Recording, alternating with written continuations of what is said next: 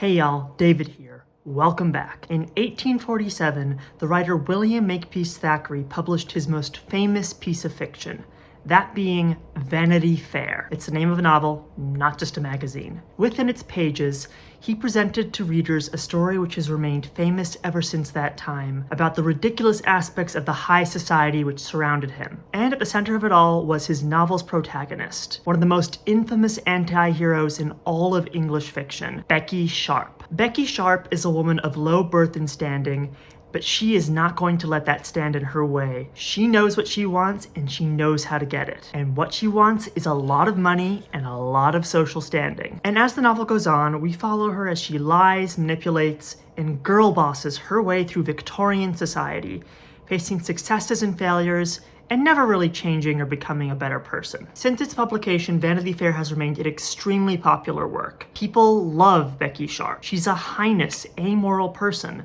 but something about her quest for social standing is hypnotic and almost in a way kind of understandable. Similarly, another story, one which wasn't fictional in the slightest, has fascinated many in more recent times for very similar reasons. A story featuring a real woman who also wanted to climb her selected social ladder and didn't care what she had to do to succeed in doing so. That story is the tale of MissScribe and how she lied, cheated, and manipulated others in what was at the time the biggest fandom scandal ever. Every fandom has drama, but I don't think any scandal has ever shaken a community like that of the MissScribe drama. She was a master manipulator, a meddling schemer, if you will. A conniving social climber who stopped at nothing to achieve high social standing in the Harry Potter fandom. Yes, really. We are back talking about Harry Potter. I know, it's a constant topic on this channel, but I just had to talk about this. It's just too insane. And thankfully for us, it's been surprisingly well documented. Someone back in the day researched the events around MissScribe thoroughly when they were still fresh and new. My primary source for this video is a series of LiveJournal posts from this person, titled MissScribe, the Unauthorized Biography, by a user who called herself Charlotte Lennox, the Loquacious Duchess of Richmond, or TLDR for short. She got into the nitty-gritty of the events around MissScribe, so we've got every possible detail you could want about this story at our disposal. So let's begin, shall we? Before MissScribe herself makes an appearance in this story, we need a little bit of background information. All of this began on a Yahoo group called Harry Potter for Grown-Ups, a fan group for Harry Potter fans who were grown-ups. I know, shocking. Who could have guessed? In this group, a huge shipping war evidently broke out between people who shipped Harry Hermione and Harry Ginny. This all occurred sometime after the release of book 4, but before the release of book 5, so who was going to end up with who was somewhat still up in the air. In any case, this shipping war got so toxic, a bunch of members from the group made their own fan site and fanfiction archive named Sugarquill. Sugarquill was made by people who only wanted to focus on canon-compliant ships, or rather what they thought was going to be canon-compliant, which in this case meant Harry Ginny fanfiction, Ron Hermione fanfiction, and I believe at some point they began including Sirius and Lupin fanfiction in there as well. I mean, that last one was never officially made canon in the books, but at the time a lot of people thought it would be a possibility. I changed camera angles, get used to it. Not long after the launch of Sugarquill, another fanfiction archive was made by other members of the group, this time called Fiction Alley. The difference between Fiction Alley and Sugarquill was that Fiction Alley basically allowed anything, any ships that you could imagine. Moaning Myrtle and Draco Malfoy, if that's something you want to write, totally fine. Fiction Alley had been in the works for a while, but the opening of it had been brought forward a bit after a popular fanfic author had gotten their fics taken off of fanfiction.net for plagiarism. That author was none other than the now internationally best-selling author Cassandra Claire, who got her start writing in the Harry Potter fandom. Once her fics got taken off of fanfiction.net, she needed a new place to host them, and that's what Fiction Alley essentially became, and that's why it launched earlier than people initially thought. Cassandra Claire was what was called at the time a BNF, a big name fan. Essentially, the Harry Potter fandom was so big that certain fanfic writers and the like could be so popular that they'd get their own mini fan bases unto themselves devoted to them. And Cassandra Claire's Draco trilogy, which I have spoken about at length on this channel about, had a massive following online at the time. After its creation, an even more intense cult of personality began to develop on Fictional. Cassandra Claire had already been quite big in the fandom in general, but she achieved goddess status on this website. This cult of personality surrounded not just Cassandra Claire, but also her fellow admins and moderators who she was all quite close to. This ad hoc group of popular fans became colloquially known as the Inner Circle, a group that everyone on Fictional adored and wanted to be a part of. Both of these archives were started by people from the Harry Potter for Grown-Ups Yahoo group, as I already mentioned. But around this time, a third archive also launched, this time by people who had nothing to do with that Yahoo group. This being Gryffindor Tower. This was an archive that hosted exclusively Harry Ginny content, and they kept their more NSFW stuff behind a password-protected part of the site. Relationships between Fictional and Sugarquill were on the whole pretty good, seeing as the people in charge of both sites did know each other despite their differences about pairings and relationships. But that could not be said about the relationship between Gryffindor Tower and Fictional. This was in part because Cassandra Claire, considered the queen bee of Fictional, was not a fan of Harry Ginny as a pairing. I found this forum thread where the OP was asking what people's least favorite ships were, and I found this interesting quote from Claire on it.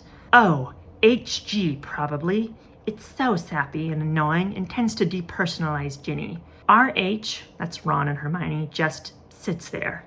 I can't get very excited about it, but it doesn't make me sick if done decently. I love DH, that's Draco and Harry, HD, which I'm assuming is Hermione and Draco, and GD, which is Ginny Draco, because, well, I love sparky relationships based off tension and uncertainty. And HH is just super sweet and adorable. We all want Harry to be loved, really, and not by someone who just has a pointless teenage crush. HH is Harry, Hermione. HG is the only ship I hate with a fiery and uncontrollable passion, though. Probably because it is generally presented as horrifically dull and sappy. Harry and Ginny generally have no tension between them, no entertaining fireworks, no passion, not much of anything beside a one-sided crush on Ginny's part and a rather pathetic desire on Harry's part to have a family. Rather as if he's dating some sort of Weasley amalgamation rather than an actual girl. If Harry has to hook up with a Weasley, I bloody hope it's Ron." It's so funny to see people think that J.K. Rowling is going to explicitly include queer representation in her books at this point, because she never actually did.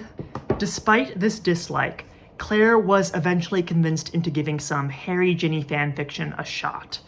And so some members of GT suggested a fic which was written by one of the site's moderators called Alpha and Omega. This story is still up on fanfiction.net, incidentally, if you want to go read it.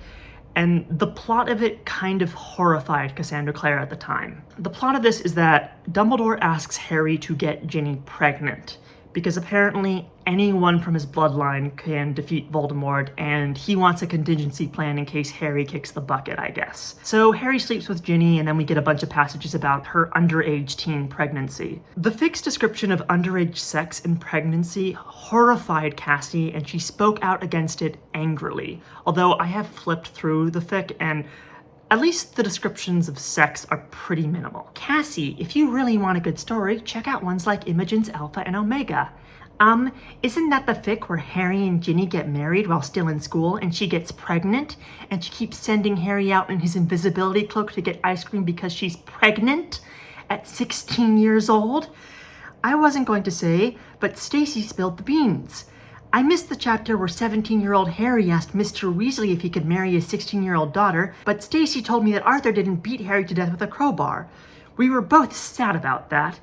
I shall await being shot at by HGers, but oh well, this is our thread, and I really didn't mean to name the fic. I am sorry I hated it. However, I am in the middle of reading Viola's Occasional Rain, which is tending towards Harry Ginny and is good. You know, considering the fact that she later writes underage incest fanfiction, which is a hell of a lot more graphic than anything in Alpha and Omega, I have to say I find this kind of funny. Also, yeah, she did she wrote a thing. We'll get to it later. Claire speaking out about this fic led to a very vitriolic flame war between Fictionality and GT, which culminated in one GT admin telling her husband Jeff about what was going on with her online friends, and Jeff deciding to go stalk and harass Cassandra Claire online. Jeff sent threatening emails to Claire, telling her that he knew her real name. Cassandra Claire is not her real name, as well as where she actually lived. Understandably, Cassandra Claire was perturbed by this, and she worked with some of her other friends, as well as some of the mods at Sugarquill to track the IP of whoever was harassing her, and he was eventually exposed. As such, Jeff was made to stop, and his wife was kicked out of the fandom. Good riddance to bad rubbish, if you ask me. Of note, though, is that Jeff wasn't married to just any random member of Gryffindor Tower. The woman who Jeff was married to was the woman who owned half the site. She co-owned it with another moderator on the site. She was a major member of it, and so her involvement in this led to people viewing the entirety of Gryffindor Tower in a very negative light. Charlotte Lennox herself writes about this as such. As a result of all these events, relations between SQ and GT grew cooler. That's Sugarquill and Gryffindor Tower. Relations between FA and SQ remained about the same, and relations between FA and GT were damaged beyond repair. Heidi and Cassandra Claire and their many friends now hated GT and its admins with an understandably virulent hatred, and the feeling was fully returned. Being publicly, and in their view unfairly, disgraced for harboring a stalker was the last straw for the GT admins, and they became isolationists, vowing to enjoy their pairing in peace and not interact with the rest of the fandom, or at least any part of the fandom that contained Heidi and Cassie. So all of these interpersonal politics and dramas are important because they define the period during which MissScribe would suddenly appear in the fandom, and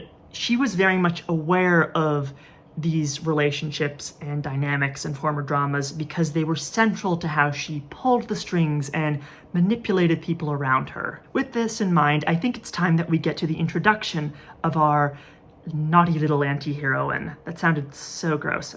Don't keep that in. And in doing so, I want to take us to a different fanfic archive now. There were a lot of these. Don't worry, this one's not too important.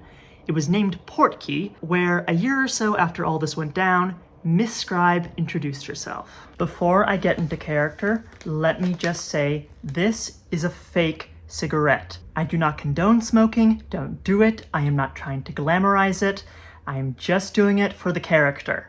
Now, if you'll excuse me, I have to get into that character. I'm 29, not quite, but getting used to saying it early. I've got 12 weeks off from work, wrote my last fic in between playing Chicken Dance Elmo with my 17-month-old daughter, and I'm relatively new to the intoxicating world of fandom. I live in Delaware in the US, and I have an unhealthy attraction to Lucius Malfoy. Literally, the next day after this, MissScribe attracted her very first fangirl. I love your writing. Worship it. I predict you will fly through the ranks of fandom after requital. That's the name of the fanfiction. Please update. I'm 31, 2 kids, living in New Jersey. Are you close to me? Can I take you for lunch? Sigh, Clara. This was followed up by another post. I hope I didn't freak you out or anything. I loved the last chapter. I'm going to review it now. The thing that ate Goyle scared the crap out of me. This is going to be spooky. Gotta put the tykes to bed, so better run. MissScribe ended up being quite active on Portkey for the first few months she spent in the fandom. And despite that not being that long, just a few months, and her being, at the time, seemingly a relatively small unknown writer, she got into a ton of drama. Some might even say a suspicious amount of drama. Not long after beginning to post, she was plagiarized by someone on another site and reported it, before it then happened 2 more times on 2 other fanfic sites. Stolen! Stolen! Why should I even bother to write? Why spend time on something that takes a person all of a second to copy and paste? I'm going to crawl in bed and not come out for a couple of weeks. She soon made her own LiveJournal page, which looked like this. It features the now iconic yet terrifying Cheshire Cat lipstick grin that people associate with MissScribe. And then she joined Fictional. The site that I already mentioned was put together by Cassandra Claire and her friends. At the suggestion of a few very pushy people, Lol, I have started a LiveJournal. Well, today I was floored to discover that someone who enjoyed reading my fics has created a whole website for me. I'm so flattered I can hardly breathe. Of course, with MsScribe moving on from Portkey, her fangirls dutifully followed her to these sites, and even went further by sharing MsScribe's writing elsewhere. For example, after MsScribe shared a story about being sexually assaulted at age 12, Sarah, one of her fangirls, immediately joined 3 communities on LiveJournal devoted to survivors of SA, where she rasphodized about how life-changing MsScribe's writing was. Hello, I'm joining support groups today, realizing that I have my own issues to deal with. One day I hope to be eloquent enough to tell my story. I read this, link to the story, first thing this morning. It might have actually changed my life. Sarah, new member and survivor. I should have mentioned this earlier, but the person writing this is someone who went by the name Sarah K. James. There were 2 super fangirls for MsScribe on the Portkey side. One was named Clarabella, the other was named Sarah K. James. In any case, according to Charlotte Lennox, Sarah K. James never posted in any of these communities again after advertising MsScribe's writing. She just showed up, said this other woman's writing changed her life, and disappeared. MsScribe soon began to gain some attention on LiveJournal, partially due to her own abilities as a fanfic writer, but more because she shared anecdotes from her life, which definitely happened, you guys. I swear. They definitely weren't her just making shit up to make herself sound cool and clever. I get this phone call from my daughter's daycare center saying they'd like to talk with me about Elise. And I'm thinking, alright, who is the little bug-a-bitten this time? So we make the appointment, and I go inside, and there is my daughter in the office with another little girl and her mother. Well, there weren't any visible marks at least, I said to myself. So I sit down, and the other mother is sitting there, and near tears, she tells me our daughters have been kissing each other on the mouth. And how could the center not call her? She also said that she discovered them kissing in the corner when she came back to pick her daughter up.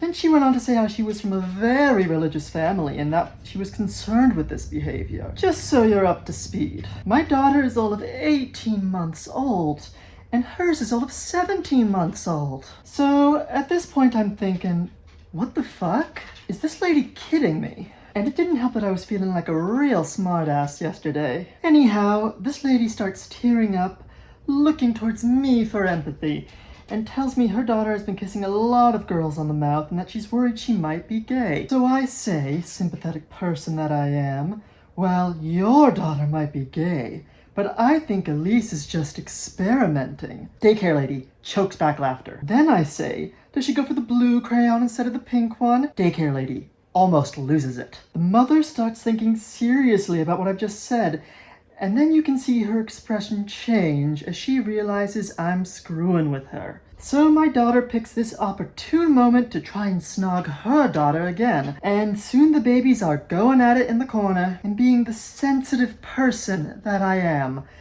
I tell Elise to not kiss her girlfriend in front of her mommy because it upsets her. Daycare lady absolutely loses it. The mother gets up and claims she isn't bringing her daughter back. Ours is the best daycare in town, mind you. 2 governor's awards in a row.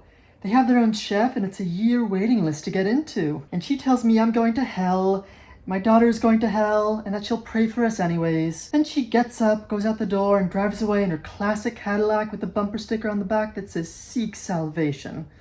Tacky. I hate bumper stickers on luxury cars. So I hug my daughter and tell her she needs to find someone more in line with our political values. And she points to the TV in the daycare office and declares, Teletubbies. I mean, really, people. How can anyone be worried about their child's sexuality at 18 months? At 18 months, you're still trying to keep them from sticking their heads in the toilet. Mine still occasionally runs into our glass door, for crying out loud.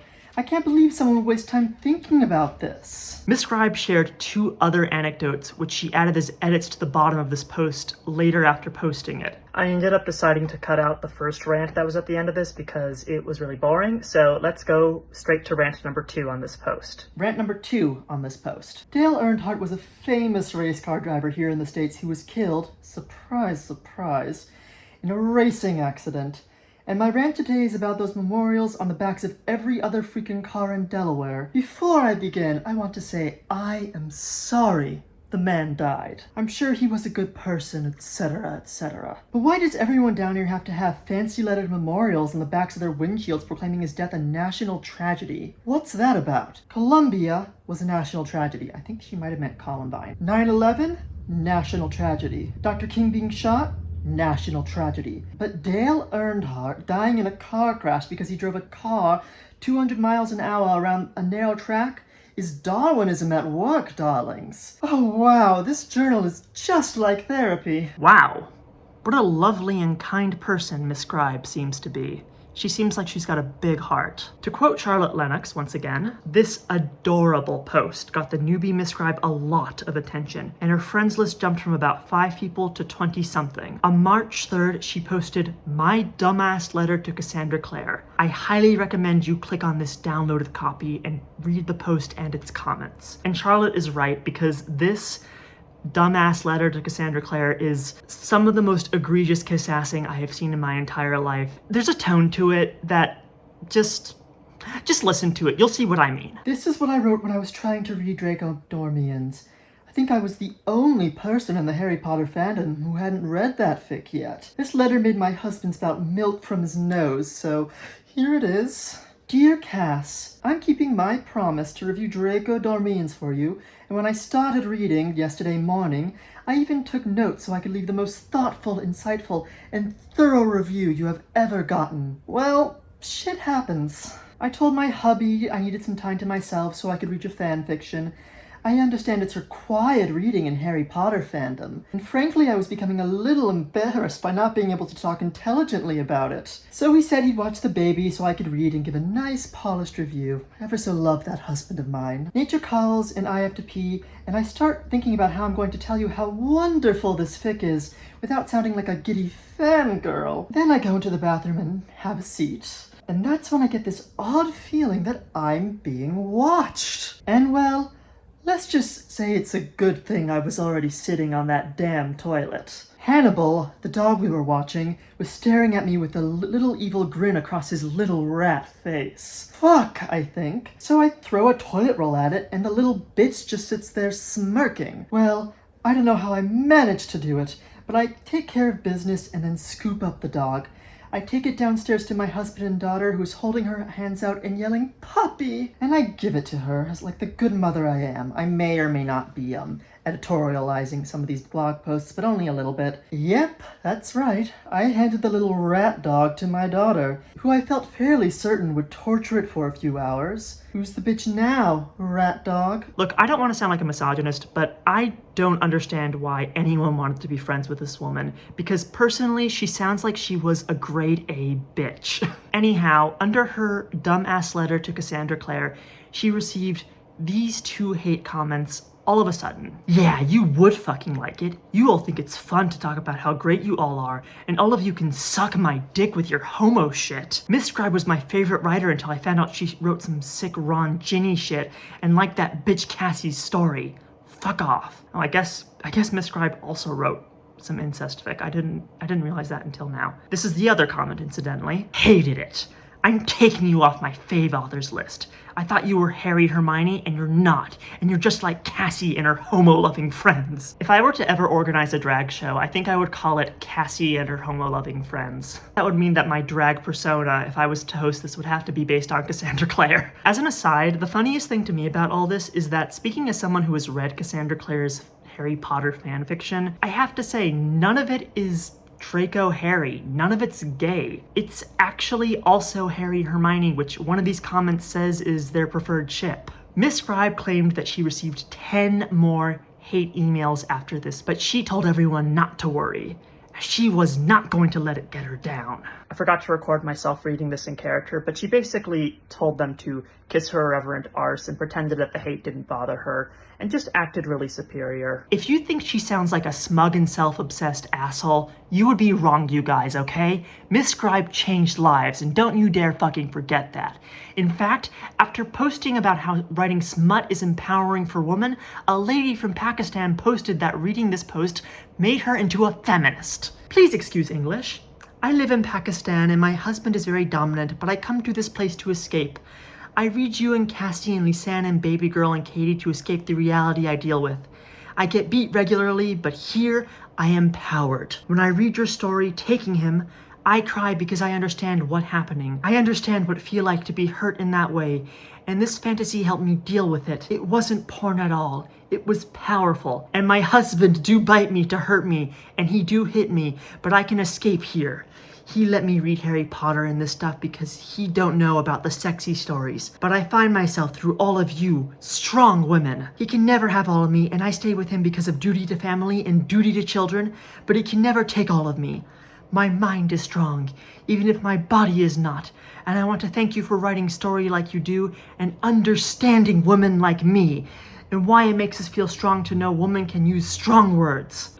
Okay, so I'm sure this is obvious to all of you by this point, but I should probably point it out regardless. Basically, none of this was fucking real. None of the hate, none of the plagiarism, none of the Pakistani women. All of this was coming from MsScribe herself, drumming up controversy for the sake of getting attention, making new accounts just to harass herself, or to kiss her own ass, or to say that her own writing is life-changing, all in the name of spreading the good word and trying to make herself more popular. You really think someone would do that? Just go on the internet and tell lies? This is known as sock puppeting, when you make a fake account and pretend to be someone else. It's, it's like you got a little sock puppet. And her attempts at sock puppeting are what made her so famous.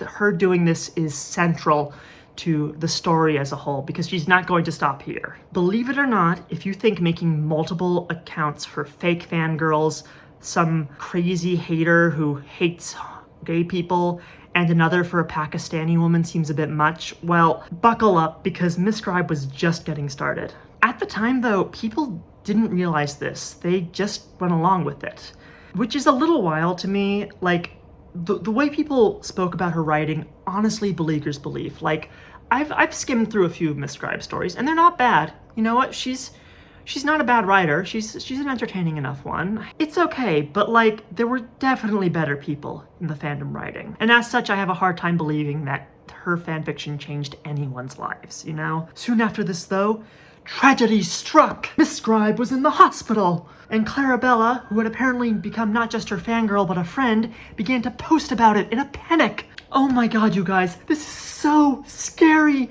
and so unfair.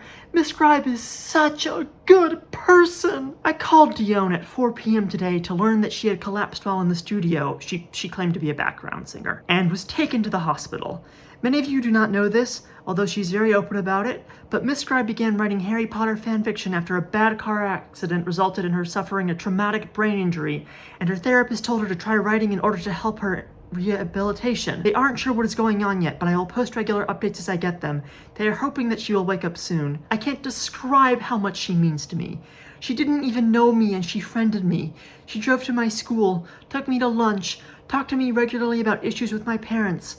I had $3 to live on, and she slipped $50 into my purse without even a note. She sent me chocolate chip cookies during my finals.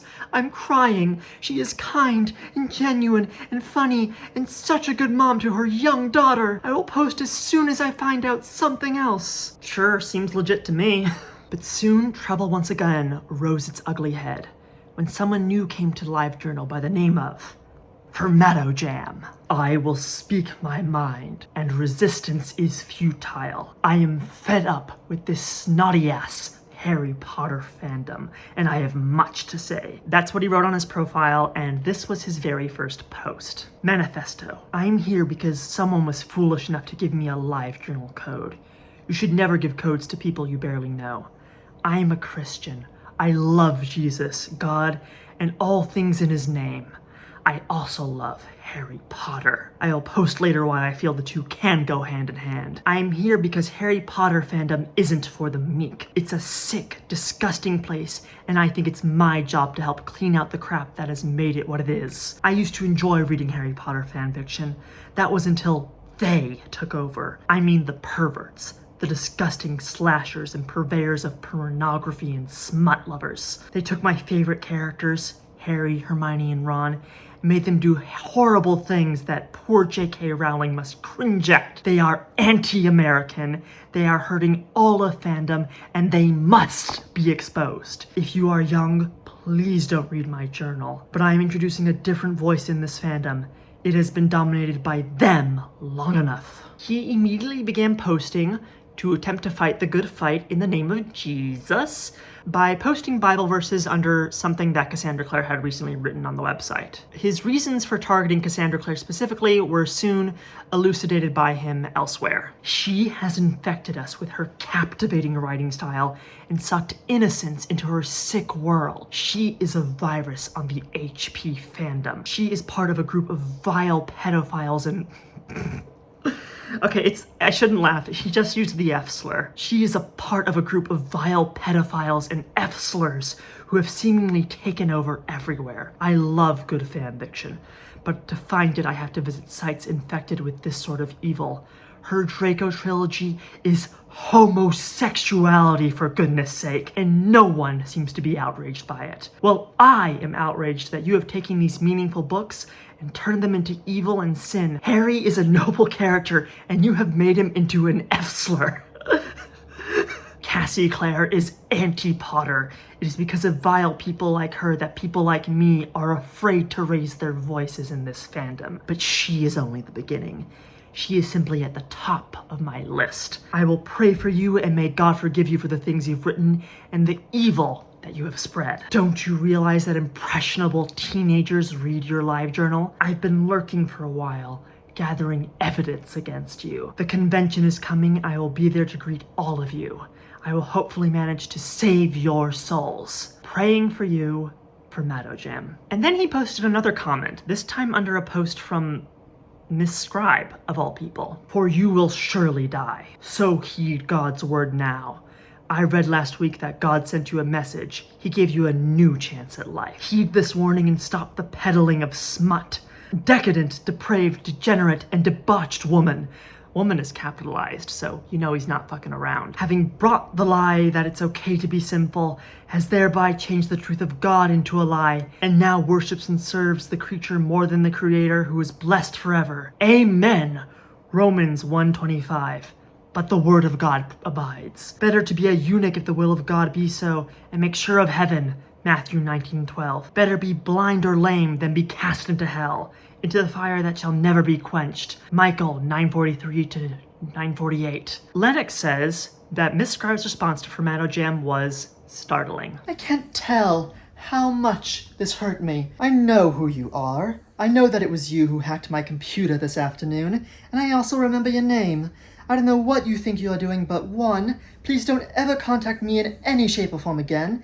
And number 2, I have called the police, and my husband is seriously considering pursuing slander charges against you for calling me a P-word. I never got to see your LJ, and I only hope you are getting this, but I suggest you leave well enough alone before further action is taken. Soon after this, MsScribe released his coup d'etat, his big name sinners list. This was a list of writers who he felt were bringing shame and immorality to the fandom. Those horrible, perverse women who refused to think of the children. This list included Cassandra Claire, MsScribe's friend Infinitus, who may or may not have been another sock puppet, we're not sure, a few other members of the inner circle on Fictionality, and also MsScribe somewhere at the bottom. Charlotte Lennox continues, MsScribe seemed to quickly sense that his audience was more incensed by attacks on homosexuality, for goodness sake, than anything else, and he quickly focused on that angle, cutting and pasting bits of rhetoric from anti-homosexuality websites on the internet, as could be easily determined by Googling excerpts from them. He also added some, but not nearly all, of the people who boasted of their sinfulness and begged to be added to the big name sinners list. The result of this, of course, was that everyone wanted to be on the big name sinners list. Everybody had a fantastic time baiting the troll.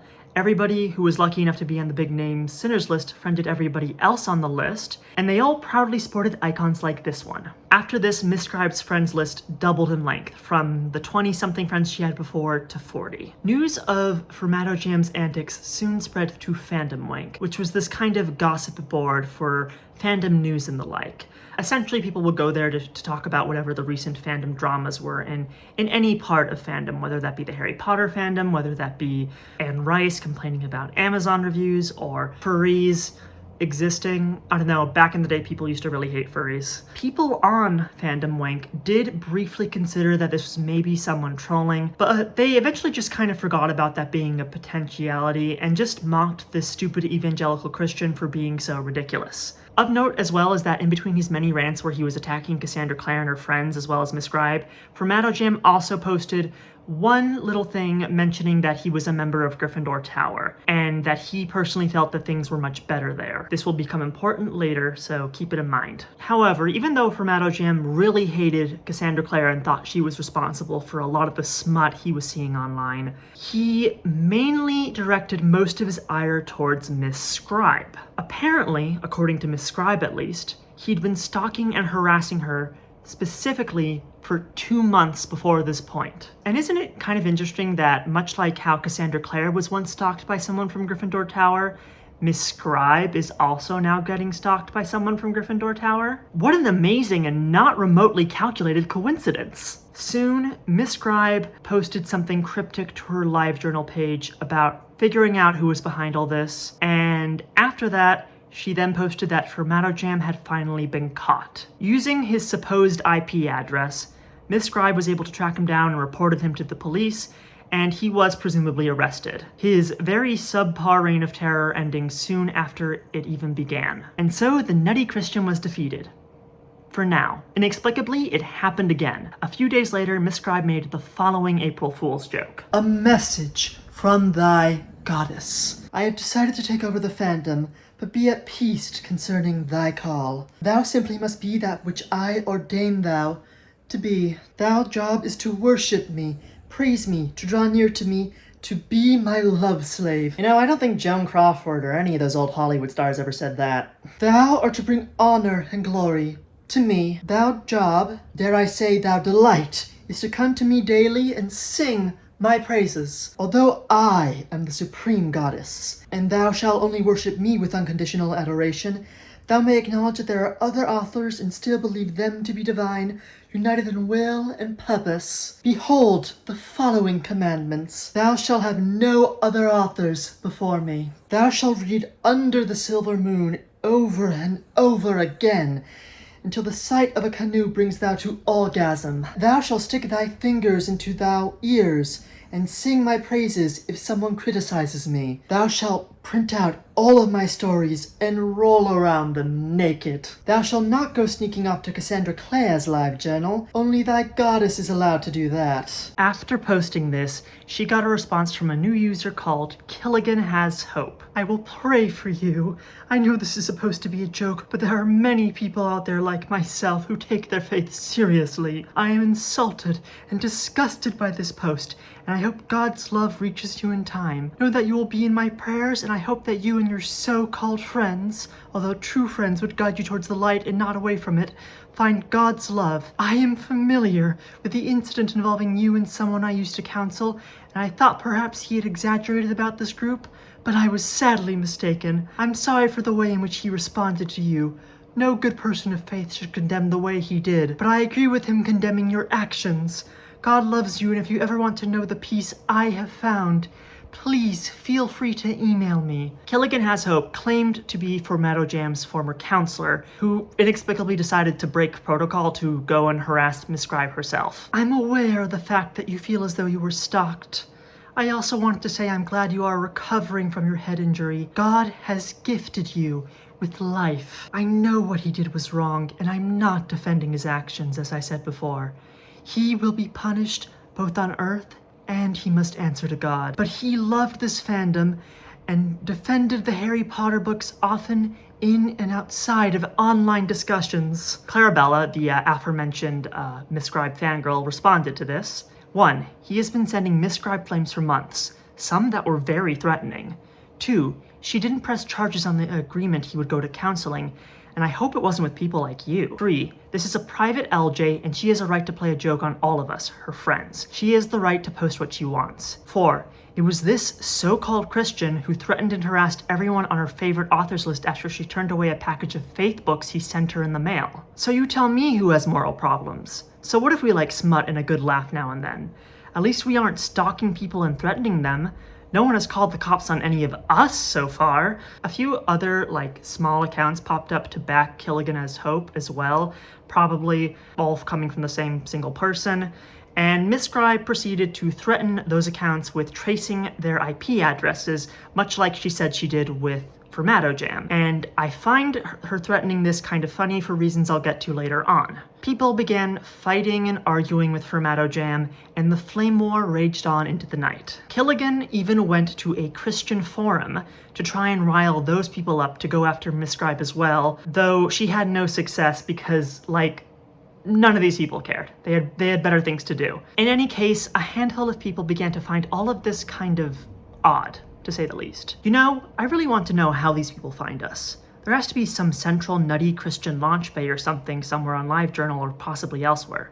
I might go looking for it this afternoon. Where are these people coming from? I think John's got the most plausible theory, actually. MissScribe then posted a screenshot which tried to show that Killigan's IP was the same as someone who was a user from Gryffindor Tower, but when others tried to follow that trail, all they got was an error message, likely because she falsified the IP address. Anyhow, eventually Killigan has hope, and I believe Jam as well, disappeared, and MissScribe went back to doing what she did best, which was to post as smugly as humanly possible. When I walked into our living room this morning, my husband had already left for work. On our coffee table were the following items: a spatula, one pair of his underwear, red boxes, which looked clean at the very least, a small box of Godiva chocolates with a note attached saying, "I bought these for you, Dion. Love, Evan," a leather belt, baby oil, and a 3-foot piece of nylon rope. Any detectives out there that want to fill me in on what my sweetheart could have been doing this morning? I'm not sure whether to be afraid or extremely turned on. She is so quirky, you guys. And by the way, did you know that her husband is a rich lawyer? Oh my god, I wish I was her. That's the vibe she was giving off. It's awful. I hate this woman. Charlotte Lennox continues in her biography. At this time, MsScribe had achieved all her goals. She was friended by everyone she had wanted to be friended by, and she could easily have reached any pinnacle of fandom popularity she wanted to reach by just her own considerable talents. Okay, she was only a mediocre fic writer, in my opinion, but she was a fantastic live journalist. Witty, iconoclastic, eloquent, imaginative, and unfettered by any niggling insistence on factual accuracy. So why did she continue to the next step? I suspect she was simply addicted to the excitement, the attention, the adrenaline rush of pulling strings and manipulating people and dancing on the edge of exposure. Or maybe she wanted to be a BNF before Nimbus. For whatever reason, she went on. Unfortunately, that's right, you heard things correctly, things did not end here. And Nimbus, if you're wondering, was the very first Harry Potter convention, which was being organized by a lot of Fictional members at the time. I believe this was Nimbus 2003. It may have been Nimbus 2004. That was the name of it. It was one of those two things. There was some controversy over this convention because of how expensive tickets were, especially coming from members of Gryffindor Tower, who found the whole thing to be cliquey and self-important. And shit really hit the fan when the next nutty Christian troll came onto the scene. I predict this is the last we'll be hearing about Crazy Christian prudes. 12 seconds later. Won't somebody please think of the children? Yes, she did this 3 times. Well, more than 3 times, but we'll get to it. This time, the supposed troll was named Potter's Ginny and was discovered by one of MsScribe's supposed fangirls. Troll alert. I'm so glad I kept an eye on this one. Although I would avoid looking directly into the LJ avatar, could turn you to stone. What about Potter's Ginny was so repulsive, you ask? Well, apparently for her avatar, she used a picture of herself, which looked like this. And this was apparently the ugliest woman these people had ever seen for some reason. People thought she was hideous. It's so stupid. Potter's Ginny soon got her trolling started. Is anyone else surprised by this? Cassandra Claire hates Harry Ginny. I will warn you that the name she uses to describe our proud ship isn't very nice.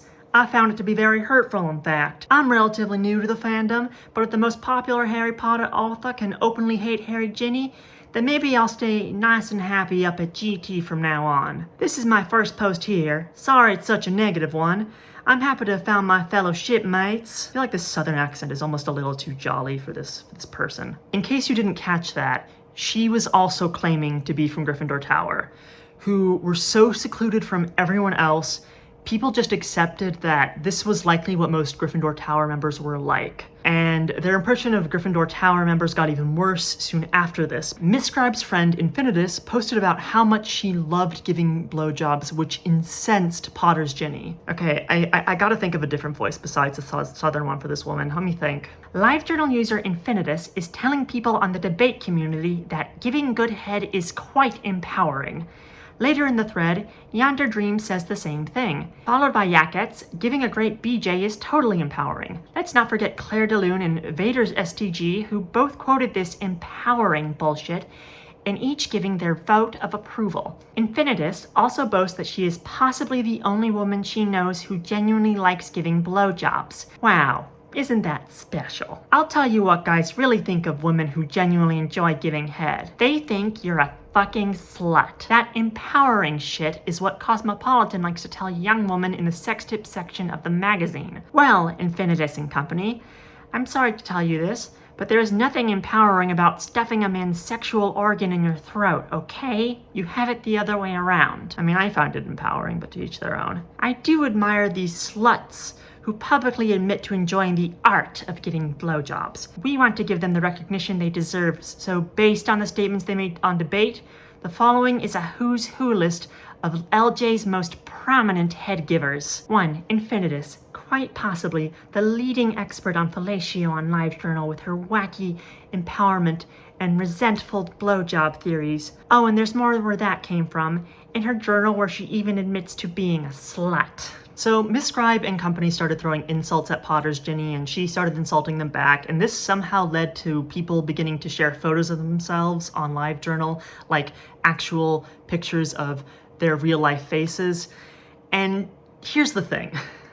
Here's the big thing that we need to remember. MsScribe is biracial. According to some of the posts which she made at the time, she was a fairly light-skinned woman of color, you know, white father, black mother, or something to that effect. And somehow, despite the fact that MsScribe, by her own admission, is pretty light-skinned, Potter's Ginny was somehow able to determine that she was biracial as well, just going off of the photo that MsScribe posted. This fact about MsScribe incensed Potter's Ginny, who proceeded to post anti-race mixing talking points from neo-Nazi website Stormfront, whilst calling her a zebra, all while saying she much preferred things on Gryffindor Tower and things were much better there and things were so much chiller there and people weren't such sluts there. As such, with even more attention coming her way, MsScribe yet again added even more people to her friends list, it now having more than 100 people on it. It really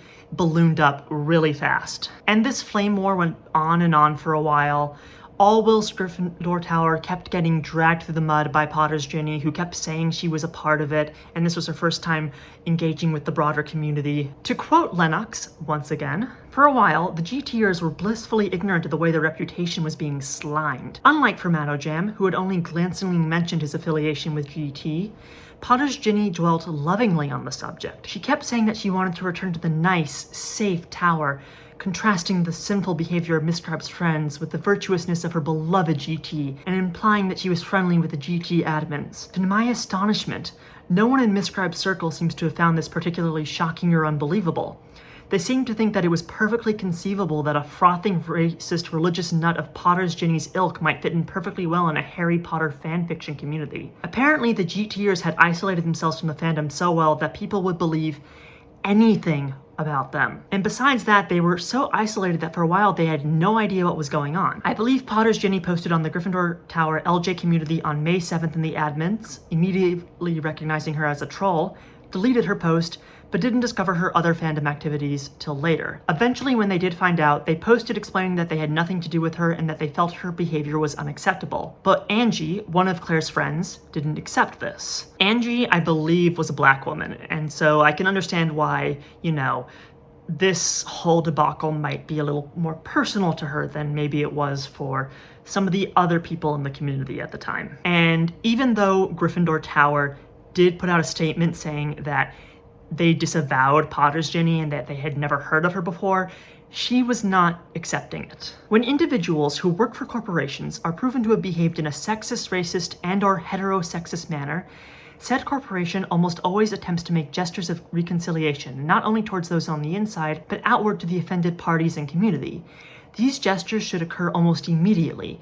If you have mud on your blouse, who cares if you were rolling around with the pigs or if you were splattered by chance as you passed by? This does not only apply to the corporate world.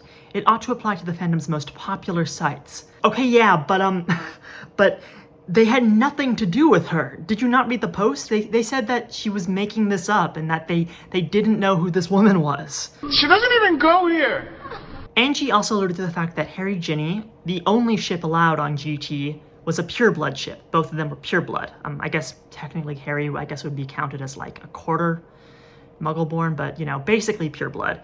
And she suspected that this reflected that community's own racist views. Basically, she thought that it was entirely possible for someone to want to ship Harry Ginny exclusively for the reason that their pairing wasn't any kind of magical race mixing situation. It's insane, just insane. After this, if JKR does write Harry Ginny, I say we feather her hair or something. Ga. People really assumed that just because someone preferred Harry Ginny, that they were maybe racist. It's bad, it's stupid. I just don't.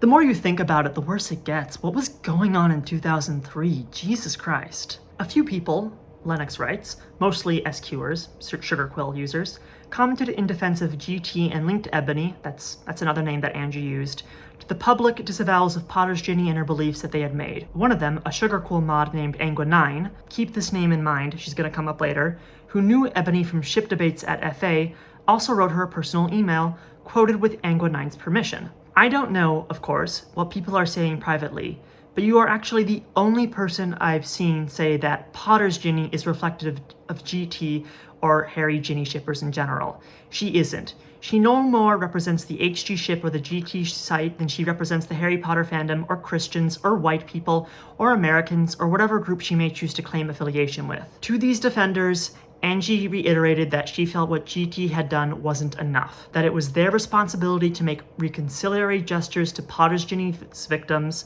people who she insulted and racially profiled, and that their failure to do so only reinforced the poor opinion she'd had of them ever since they'd similarly failed to apologize or make any amends after the stalking incident. GT was not popular amongst the fandom as a whole to begin with, but this really exacerbated people's negative impression of them. And then, well, remember Nimbus 2003, which I mentioned a little while ago? The first Harry Potter convention? Well, someone posted about how they were going to make a Monopoly board for it, where all the spaces were going to be different fanfiction archives, and one of these that was going to be featured on the board was going to be Gryffindor Tower. And this does connect to the rest of the story. You'll see why in a second, because one member of Gryffindor Tower's moderating team unilaterally posted without checking with the others, saying that they did not want to be affiliated with these other fanfiction archives. As a representative of the Gryffindor Tower administration team, I would ask that all references to Gryffindor Tower be removed from this project. Administration of Gryffindor Tower is not prepared to be included in the same project as Open NC-17 archives, incest fiction, and certain other websites. To allow our website to be associated with those that we morally distance ourselves from would be to violate every principle we stand for. The administration of Gryffindor Tower is not prepared to be included in something such as this, especially when money is involved. Yours sincerely, Runechild. And this single statement, which again, I want to say, he made without checking with the rest of the moderating team, just confirmed everything fans thought about Gryffindor Tower at the time. It just seemed like an example of them being judgy prudes who hated smut. And as such, MissScribe ran with this. WTF. I guess there is no doubt now where all the trolls are spawning from, those Gryffindor Tower trashy people. MissScribe even went as far as to suggest that Potter's Ginny was the same person as this mod who spoke out against being included on the board. And then, with the hatred towards GT at a fever pitch, MissScribe decided to cash in even further on it by creating a parody group on LiveJournal called GT Hidden Room, which was devoted entirely to making fun of Gryffindor Tower and notable members of the community that was on there. People made joke accounts and posted in this group pretending to be members or just mocking members of it. And they also used photos of what seems to mostly be drag queens as their profile pics as a way to mock the Gryffindor Tower users, which just, wow guys. That's classy. You're all such great LGBT allies. You should really pat yourselves on the back for that. Seriously, it's insane to me that these people claim to be allies, wrote slash, and still did shit like this. I know that in like the broader story, the fact that they use drag queens, it's small.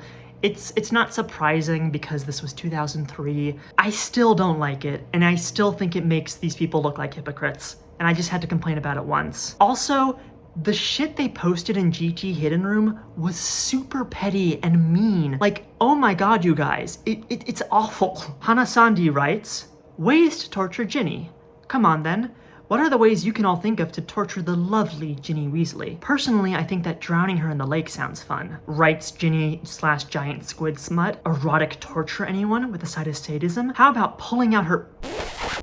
Okay. How about pulling out her downstairs hair, one by one with white hot tweezers, XD?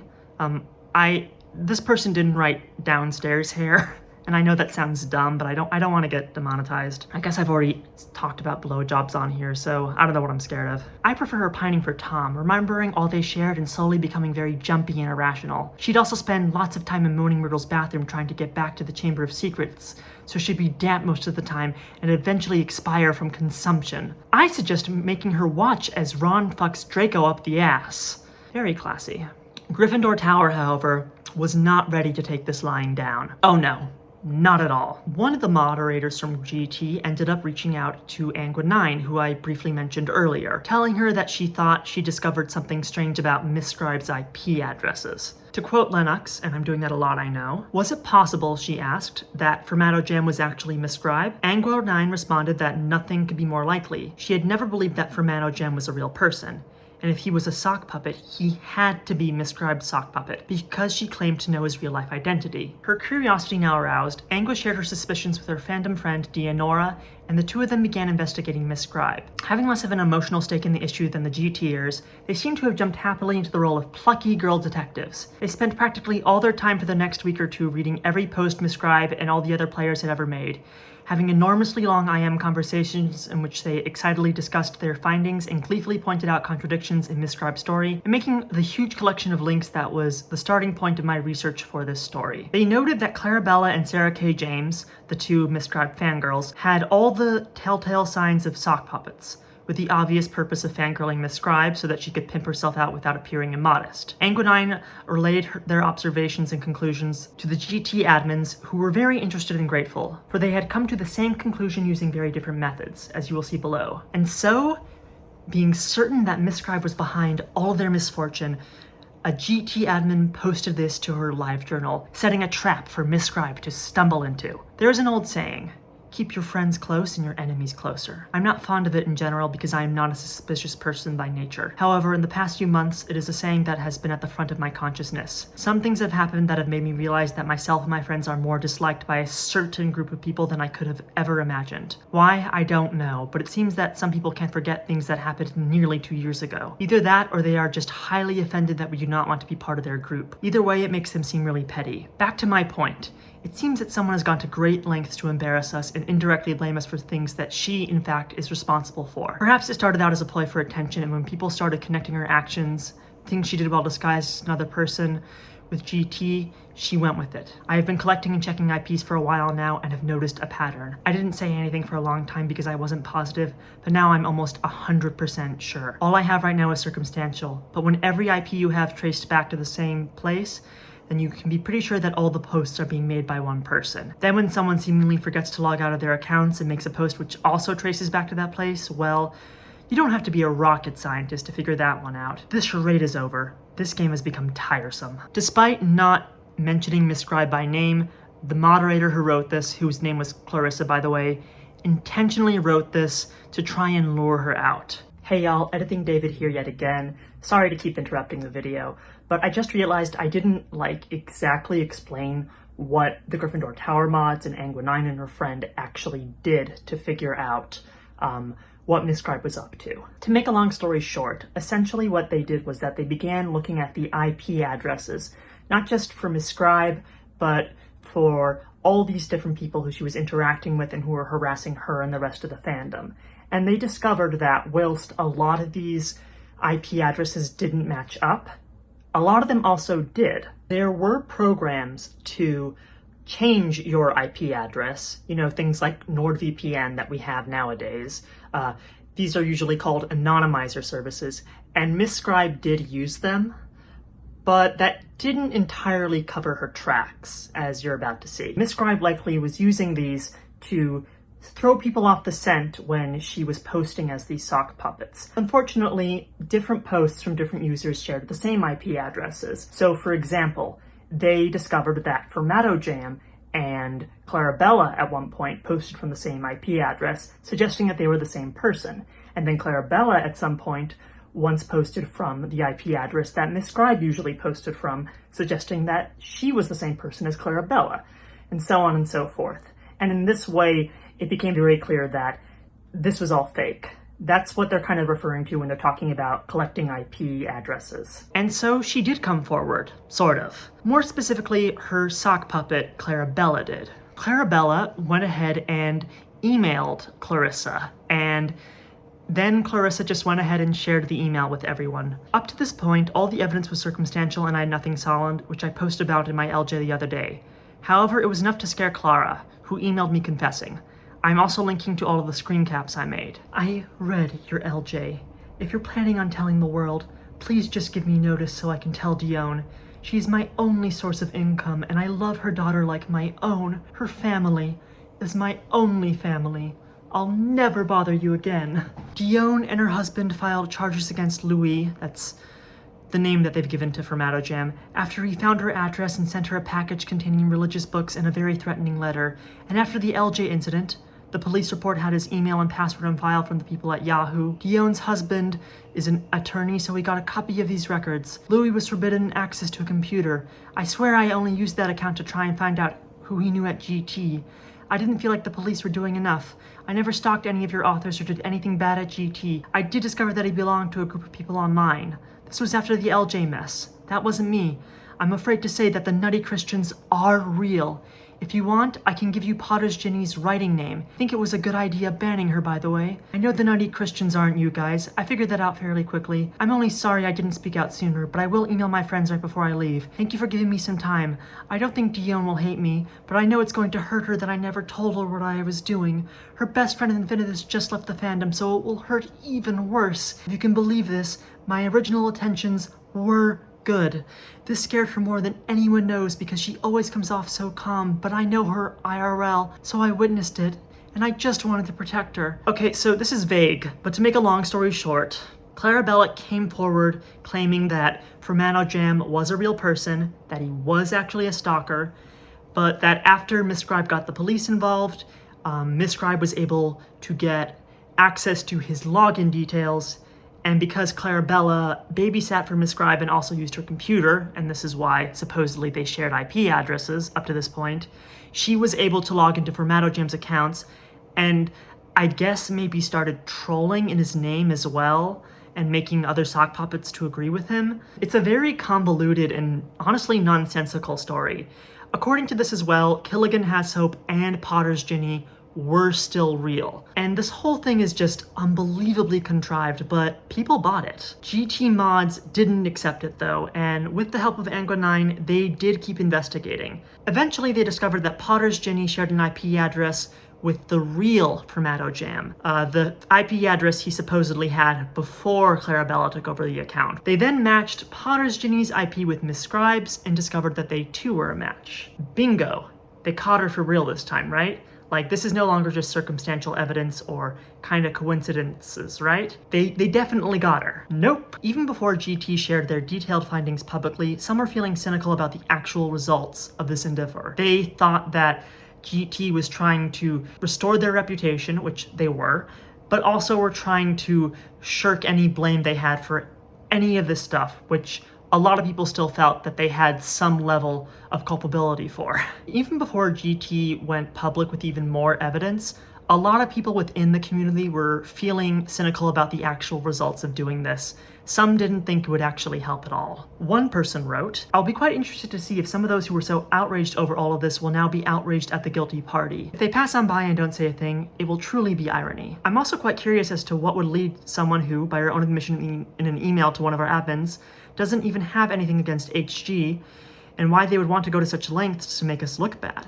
I mean, this isn't even someone who seems to have been in the fandom that long. I don't get it. Don't people make up their minds about things anymore on their own?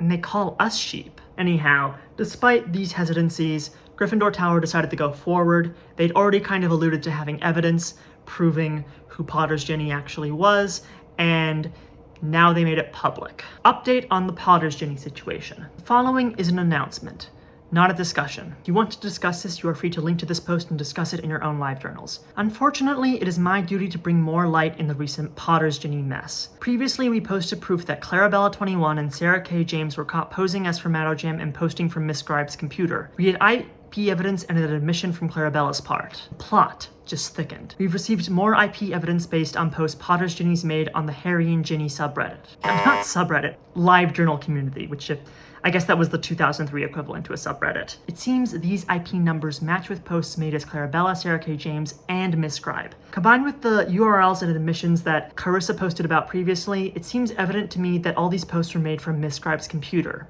Yes, the horrible racial slurs that she complained about rightly were made on her own computer. Here is a summary of the different IP numbers we found, copied from the screenshots we gathered, and then there's a long list of IP addresses I'm obviously not going to read out. Essentially, what Gryffindor Tower had done here with all this information was show that the Clarabella story that she herself had put forward had to be false. If all of these posts were coming from similar IP addresses that all overlapped, you can kind of assume that all of them were coming from the same person, and it only makes sense for that one person to be MissScribe. And therefore, none of these trolls were real, which this Clarabella story purported wasn't the case. According to Clarabella, all of the trolls were real. The fandom took one look at all of this and declared, I ain't reading all that. Nobody gave a shit. To make matters worse, a user on LiveJournal named Zorak wrote up a detailed summary of what Gryffindor Tower had presented, which ended with the claim that the evidence provided didn't actually incriminate MissScribe,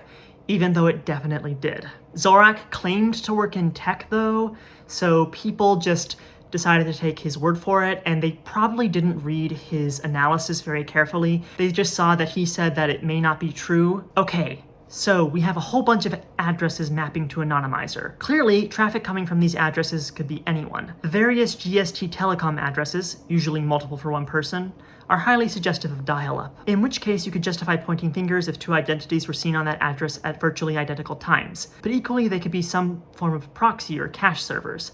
The state of Delaware addresses map to EduProxy, which it seems clear to me are proxy servers. Again, any number of people could be behind those proxies. The only address which may well map to a single location is the Comcast one, but that is merely speculation. This is apparently the address that is used by Formattojam and was used by him to sign up at Gryffindor Tower. But wasn't Formattojam originally a real stalker whose accounts were only later misused by others, as described in this post? Which would surely mean that the address is associated with the real Formattojam, and this address is only seen on one other person in that list, Potter's Ginny. If you didn't follow that, neither did I, don't worry, it's fine. Basically, he claimed because both MissScribe and these trolls used the same anonymizer service that let them fake their IP addresses, it couldn't be proven for certain that all of them were a single person. Lennox comments on this, quite rightfully so. The most damaging thing to my mind is that both MissScribe and her racist attacker used an anonymizing service, why? The same anonymizing service, and were assigned the exact same number and only 3 hours apart.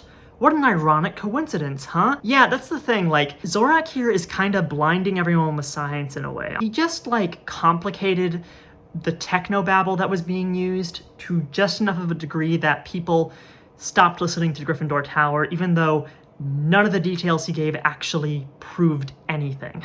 As I said before, people didn't want to go through this to read it in detail, and most were inclined to believe MissScribe anyways, so confirmation bias just sort of ended up winning out in the end. Lennox actually goes into intense detail about all of this IP stuff in her recount, and I'm not going to go over all of it, but what I've just explained is the gist of it. The evidence really was that clear that it pointed to MissScribe as being behind all of this, but nobody cared. Of course, MissScribe's friends responded with support and not suspicion, Lennox goes on to say. Her first commenter was Morgana, offering this icon, and it's this little like signature with the pair of lips that everyone associated with MissScribe and the words, I support MissScribe, above and below it. MissScribe was so thankful that people were backing her up against those evil GTers.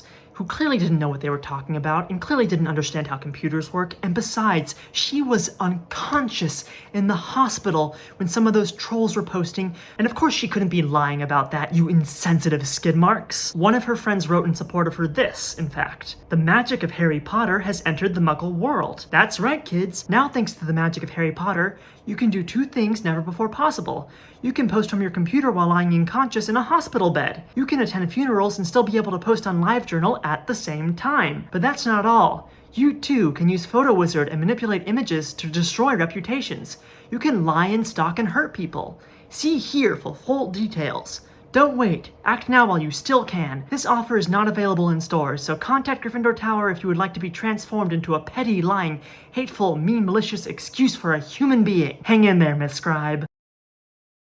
MissScribe then pounced now that our enemy had taken yet another hit in the form of public opinion. Lennox continues to write. MissScribe went on the offensive, insulting and taunting the GT people in new posts on her own LJ and in comments to the many posts that people made defending her. Her description of the GTers as cockroaches spread like wildfire. Flourish, a young girl who was one of the founders of FA, made a GT cockroach icon, and quite a few people adopted and used it. Now that my friends have stood by me, some will no doubt say what naive sheep you all are, and that they are the ones with the moral high ground. They will say that they are the ones who have been the real victims here, victimized because they are offended by GT Hidden Room, victimized because she who must not be named stopped posting to their archive, victimized because people don't agree with the way they run their site, victimized because many HP fandomers have now come to the conclusion that they are all on crack. Am I tired of hearing about them and therefore subjecting everyone on my friends list to their tantrums? Oh hell, of course I am, darlings. So I'm moving on. I'm pleased to announce that for the first time in a year, I'm off of daily medication completely. That's right, I've been trying to get off the headache pills for the last 6 months, and over the past week I haven't had to take a single pill. That's the sort of thing you take for granted until you can't do it, believe you me. I'm thrilled to hear you're off of daily medication. Woohoo! Me too. Except my mother-in-law bought me this really nice porcelain pill container, which I can no longer use. Sigh. She is so wealthy, you guys. Oh my god, you have no clue. Get her on The Real Housewives right now. Actually, she would be amazing on a show like that. Regardless of the fact that nobody was backing up GT, this had been a really close call for MsScribe, and so she started deleting old posts, which alarmed Anguinine quite a bit, as she was still convinced that she was puppeteering all of this. Thankfully, she and her friend and fellow amateur girl detective Dianora began downloading these posts and saving them as screenshots, which Lennox later used to verify a lot of this, so thanks ladies. Appreciate the work you did. Lennox continues her expose. At this point, I think the GTers gave up. MsScribe was impregnable. She had lawyers on her side, Heidi, Praetorian Guard, and her own husband. She had money. She had the support of the fandom, and, apparently, she had the ability and willingness to make and use malicious sock puppets to manipulate public opinion. MsScribe had won. Now it was time for her to party, and party she did, as she attended Nimbus 2003 and met up with all of her other fellow big-name fan friends, even sharing a room with Cassandra Claire. At the convention, she also made a big song and dance about having a stalker because Formato Jam had said he was going to show up at it way back in the day, and she warned security to keep an eye out for this strange man or whatever the fuck. She apparently had a great time, and this on paper seems like it would be the pinnacle of everything she'd worked up to this point to achieve, right? It feels symbolic in a way, like she'd made it in the fandom. She was at a convention in real life with people who she adored from afar in all likelihood, now treating her as an equal, as friends. She was considered a member of the inner circle. MsScribe was in an interesting position after Nimbus. On the one hand, she was secure and beloved, known and valued by many of the most influential people in the fandom. On the other hand, her scope of operations would have to be restricted in the future. For one thing, she had finally met fandom people in person and would begin visiting them, having lunch with them when they were in her area, etc. No longer could she spin fantasies, if that is what she did, about aspects of her personal life such as jobs, nannies, hospital visits, etc. There would be too much of a chance of getting caught out. For another thing, when she framed GT by posting on their website and the Harry, Ginny, LJ communities, she crossed a Rubicon. There were now people in the fandom who knew and had concrete evidence of what kind of person she was. Her many IPs have been posted and discussed in public posts. The authenticity of her sock puppets Clarabella and Sarah K. James have been brought into question, and there were people in the fandom with a strong motive to expose her. So she's doing quite well at this point in her career, so to speak, but she's still got some challenges in the background, but you know, I would be living off of the high, and I just would kind of stay in the background and not try to bring more attention to myself after this, but that's not what MsScribe did. Also, this is around the point in the biography where Lennox begins to point to more inconsistencies within MsScribe's many stories about her life. For example, when she first started posting on Quirky, she claimed to be a professional backup singer, but somehow between that and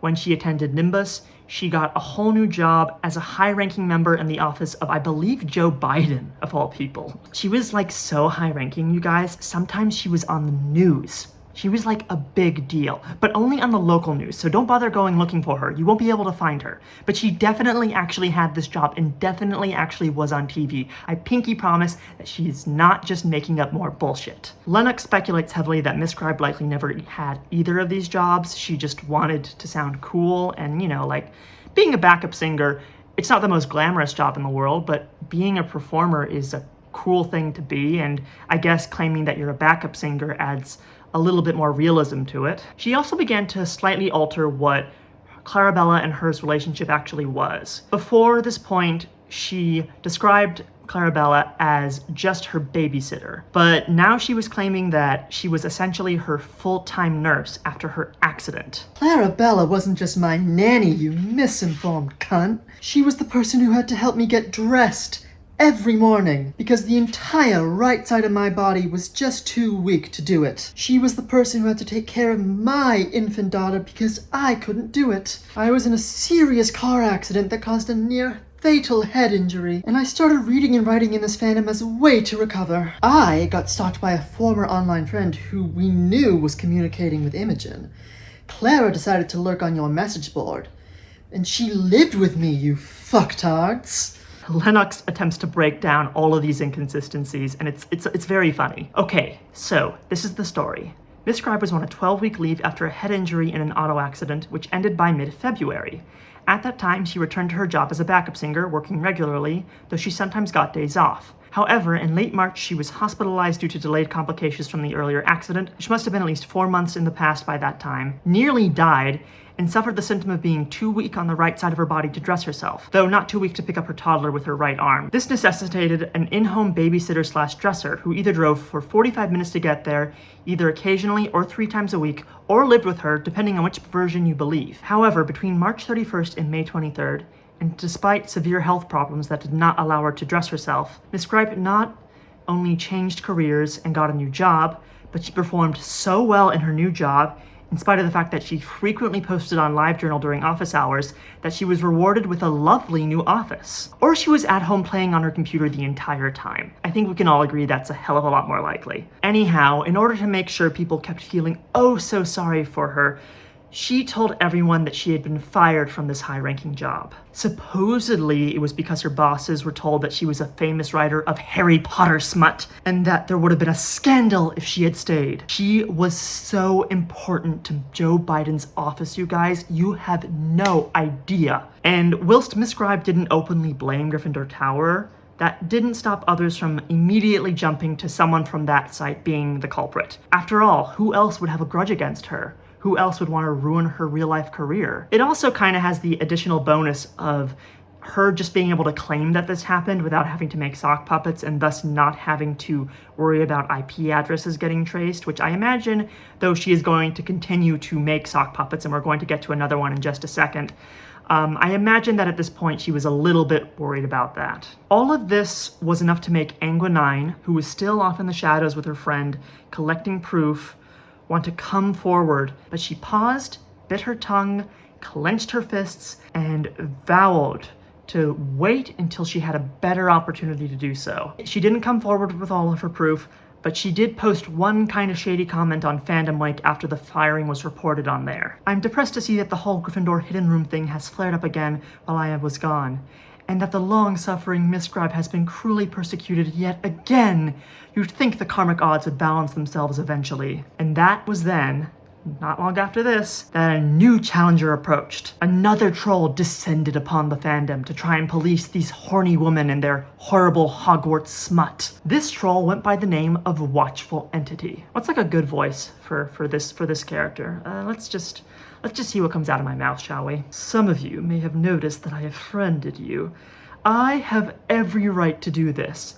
And although I don't plan on posting in any of your journals, and I don't expect you to friend me back, I am not going to hide the fact that from now on I am keeping my eyes open to anything that can be used to paint one faction of the fandom in a more negative light than the others. Please do not assume you know who I am, because I am certain that you do not. I am not associated with GryffindorTower.net.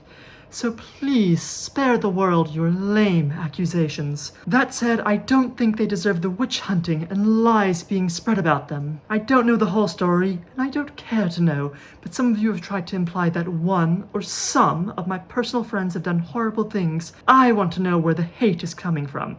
Okay, side note, I know that he just said that he's not affiliated with Gryffindor Tower, but he just insinuated, and by insinuated I mean he just outright said that people from that forum were his friends, so he is still saying he has some connection to them. New people are affected by this flimsy attempt at slanderous activity, so if your friends lock your lies, then no one cares. I have no idea what that sentence means. Know also that I have no problem in reporting you for illegal activity, and I won't hesitate to remark about your stupidity online. That includes kids' sexual pictures, which are sick, and people deserve to be sent to jail for, and also threatening other people. I wish people could go to jail for horrible slander, but that's not possible, and those who slander and who try to make others look like they are insane or harmful deserve everything they get, in my opinion. People are respectful and nice and no longer engage in hate campaigns designed to bring people down for no reason, then maybe this fandom can be in a nice place again. I am not a stalker, and I will never and would never threaten or harass anyone, but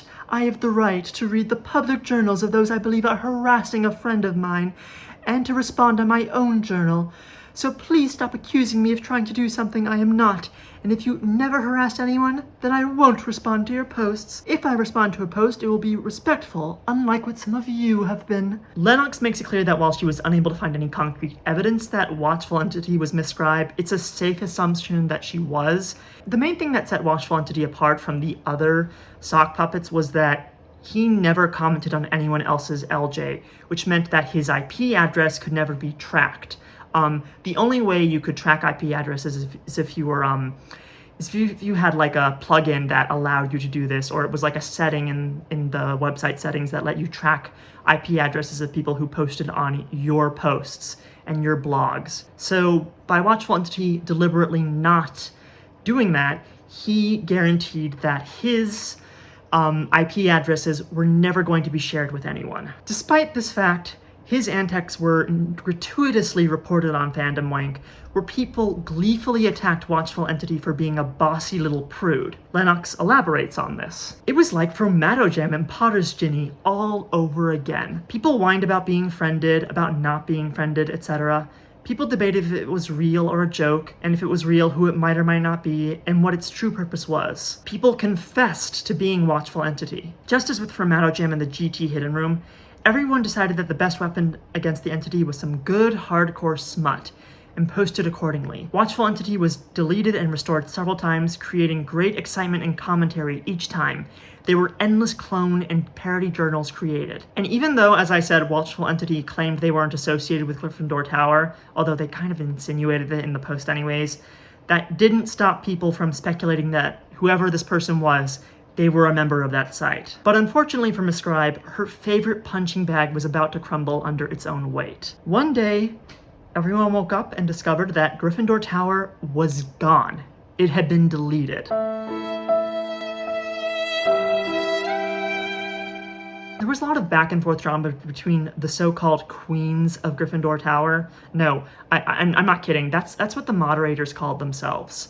Like, there was even an acronym for it. It was QOGT, and that's how they referred to themselves.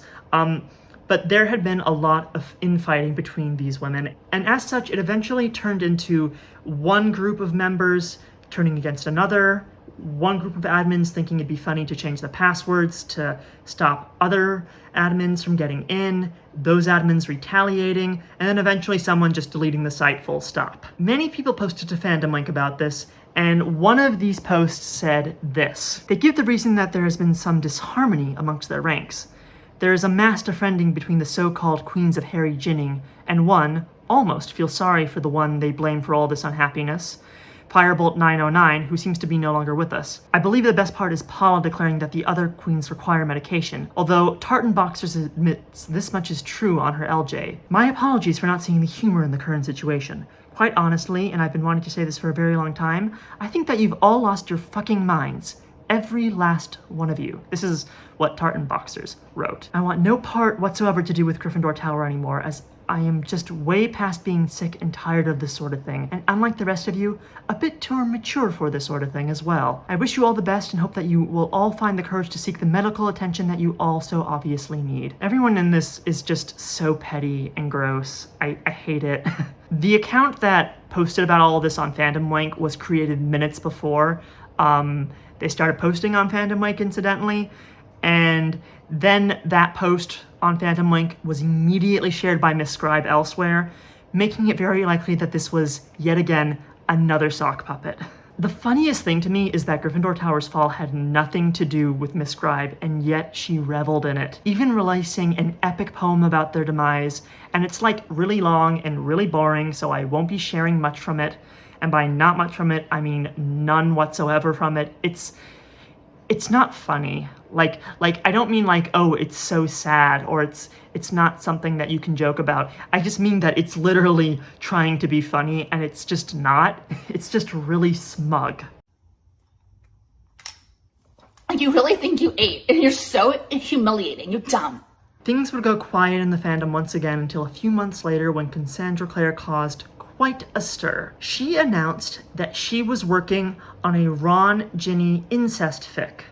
Yes, really. And it was called Mortal Instruments. Yes, really. She used this name for her published book series as well. I think the term Mortal Instruments is a line from a Shakespeare play. I believe someone says it in Julius Caesar. Still, I guess she just really liked that phrase, and like it kind of works better in the published book series than it does in this fic. All you need to know about this fic is that despite it sharing a title with the book series, it doesn't have a lot else in common with it besides both of them having incest, although the incest in the Mortal Instruments book series is much, much lighter and much more palatable than the incest in the fanfic. Her announcing this enraged a lot of people. She didn't like these characters, and Lennox writes that the impression people got from this was that this fic was being written as an expression of her dislike for them. Combined also with a lot of people being disgusted by the idea of writing incest to begin with, and the fact that her Mortal Instruments fic was shaping up to be a lot more explicit than her Draco trilogy, well, people were mad.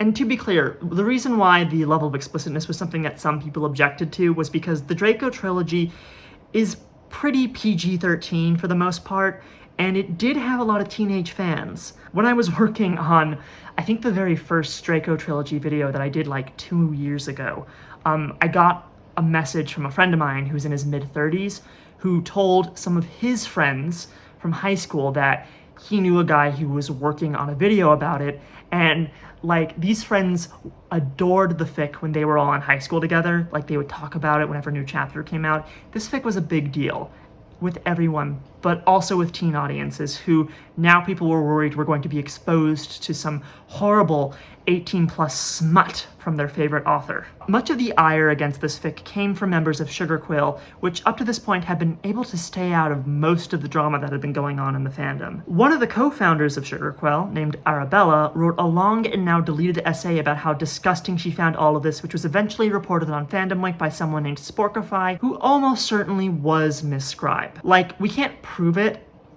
but it does fit her pattern, and right before it got posted to Fandom Link, MissScribe did post elsewhere saying that someone had to post about her essay on Fandom Link. Arabella, Sugar Quill co-owner, rants about incest fics, and Moe Knight weeps for the ickle children of the fandom, tears up. Those HB fandomers are a bunch of heathens, and their fics get popular because they have no scruples.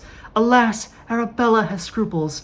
She has only written Ron/Hermione and Harry Ginny, which, as we all know, God and JKR fully sanction. A lovely little afternoon wank all of this is. Although this post was made in December, I fear there is simply too much wank in HP fandom and little time to catch it all in a timely manner. There is no certain proof that the person who wrote this was MsScribe, but it was MissScribe. We don't need to be shocked by this. We don't need to speculate. It definitely was MissScribe. It's possible that with Gryffindor Tower having fallen, and now with Sugarquill getting some heat from some parts of the fandom because of their dislike of this Cassandra Claire fic, that maybe MissScribe was hoping to turn Sugarquill into her new scapegoat. They were now sounding a lot like the supposed prudes who came from Gryffindor Tower. I don't know for certain, I can't prove anything one way or another, but that might be what was going on here. To add even more speculation to this, a new troll appeared to police the Harry Potter fandom again. This account was called Fandom Scruples. This journal was created to reward responsible members of the fandom who do not post incest, rape, bestiality, or NC-17 fics where young children can access them. If you are offended, we're highlighting that you've come to the courage not to succumb to the popular trends that have led to this fandom being infected with the indecent and irresponsible fanfic. I would personally like to thank Arabella for having the courage to finally speak out against this. I am one of many who do not believe these writers should be rewarded, and therefore a blacklist will be started based on evidence that authors have irresponsibly posted NC-17 fanfic and a place where children can access it. Hopefully you will encourage them to remove it or move it onto an archive that is password protected. When they lock down their fics, they will be removed from the list. Signed, the management. So this account made a gold list, which included Arabella and everyone who agreed with her on her original post against the incest fic. And it also included a blacklist of bad fanfic authors, which essentially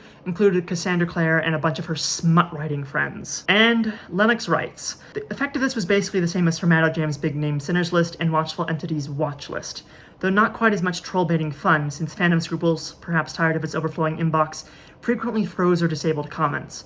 But when it did allow comments, the fandom flocked to oblige. Whatever else you might say about MsScribe, she knows how to reach her audience.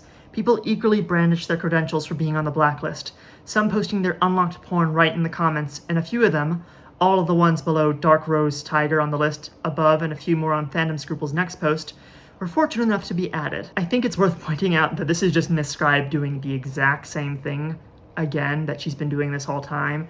Just a big prude comes in and says a bunch of incendiary stuff and says that they're going to be making a list of responsible fic writers or fic writers that they think are bad or whatever. But people didn't care and didn't seem to notice. I guess at the time, since these were spaced out by a number of months at minimum, sometimes more time than that, it wasn't as obvious, especially because no one was really thinking of tracing all of this back to MsScribe. And, it's fandom, it's the internet, a lot of other dramas were going on at the time while all of this was going down too, so I can kind of see how the waters were muddied. Also, I should probably note, and I didn't put this in my script and I should have, that the gold list of good writers was pretty bad. And by bad, I mean that a lot of the authors on it had posted smut publicly. Even Arabella had posted smut publicly in the past. It just wasn't underage incest fic. In any case, Fandom Scruples went further than just making a gold list and a blacklist. They even threatened the people on their blacklist with a lawsuit. To those who might not know it, the Child Online Protection Act was passed on October 21st, 1998. The act makes it a federal crime to use the World Wide Web to distribute for commercial purposes material considered harmful to minors, with penalties of up to $150,000 for each day of violation and up to 6 months in prison. We have compiled evidence against several websites who have knowingly violated this law. There are no excuses. We have come to a decision that we will give websites 2 weeks to comply with COPPA, or we will report them to a federal agency that we have sought advice from. Some suspected that Fandom Scruples was Potter's Ginny returning to the fandom, which, it kind of was, and they weren't entirely wrong about that. Others ended up speculating that it may have been a former member of Gryffindor Tower, and this is when Heidi, Cassandra Claire's closest friend in the fandom, her beta reader, who I might add did a horrible job on the Draco trilogy. Seriously, Heidi, I don't know if you're watching this, but you could have read those pages more carefully. In any case, she chimed in. I doubt it's any of the GT X-Queens, and I'm 100% sure it's none of the admins or mods on Sugarquill. They know the law better than this. I know this because I've talked with a number of them about it. They wouldn't need to go to the KFCs as morality and media. What does that mean? Was someone who was there at the time, is this like some slang I'm not understanding? I don't know. I was like 5 or 6 when all this went down. This is when Angua9 stepped back in. It is my opinion that Fandom Scruples is a sock puppet by someone who couldn't care less about smut on the internet, but wants to cause excitement and flaming in the fandom. That would explain why they are behaving in such a ridiculously offensive and counterproductive manner for their so-called cause. There are 2 ways I know of to track down sock puppets. The best one is if they post on someone's journal or site where IPs are logged. Apparently, the person behind Fandom Scruples has been too cagey to do that. Too bad. The other is to track who first reported the sock puppet to the fandom. The earliest reference to FS that I can find was a fandom wank post by Sporkify less than 4 hours after Fandom Scruples made his or her first post. If anyone knows who Sporkify is, I don't, but I'm sure others do, I would suggest asking him or her where they'd heard of Fandom Scruples.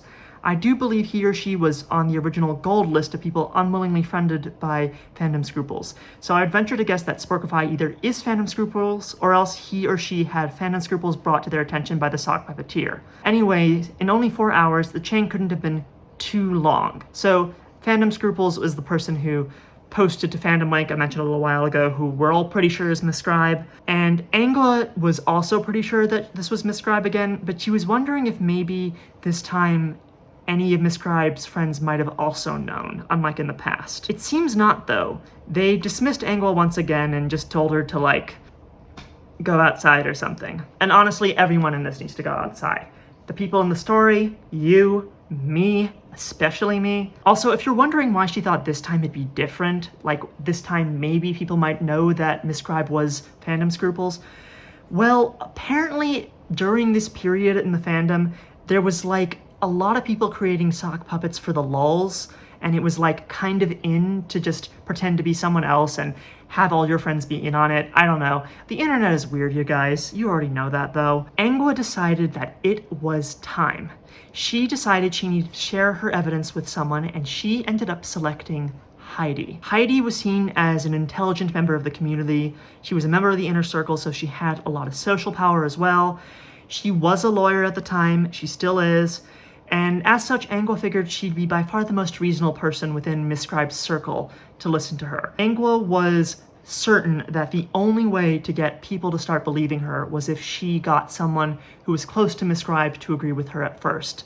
And Heidi, to her at least, seemed like someone with a pretty level head, and as such, that is why she was selected. She began by commenting on a post by Heidi about the current drama where she suggested that it was likely that whoever Spokify was probably a Fictional mod. Sporkify, not Spokify. Again, Ang was not outright saying that it was MissScribe, who by this point was a Fictional mod, but you know, is kind of beginning to point in that direction. Heidi responded to this by saying that she did not think this could be the case because she asked all the Fictional mods if they were Fandom Scruples, and they all said that it wasn't them. And we all know people never lie on the internet, so that is excellent proof. Frustrated with this response, Angua sent Heidi a lengthy email describing all her evidence. She sent it 6 times, and Heidi never responded.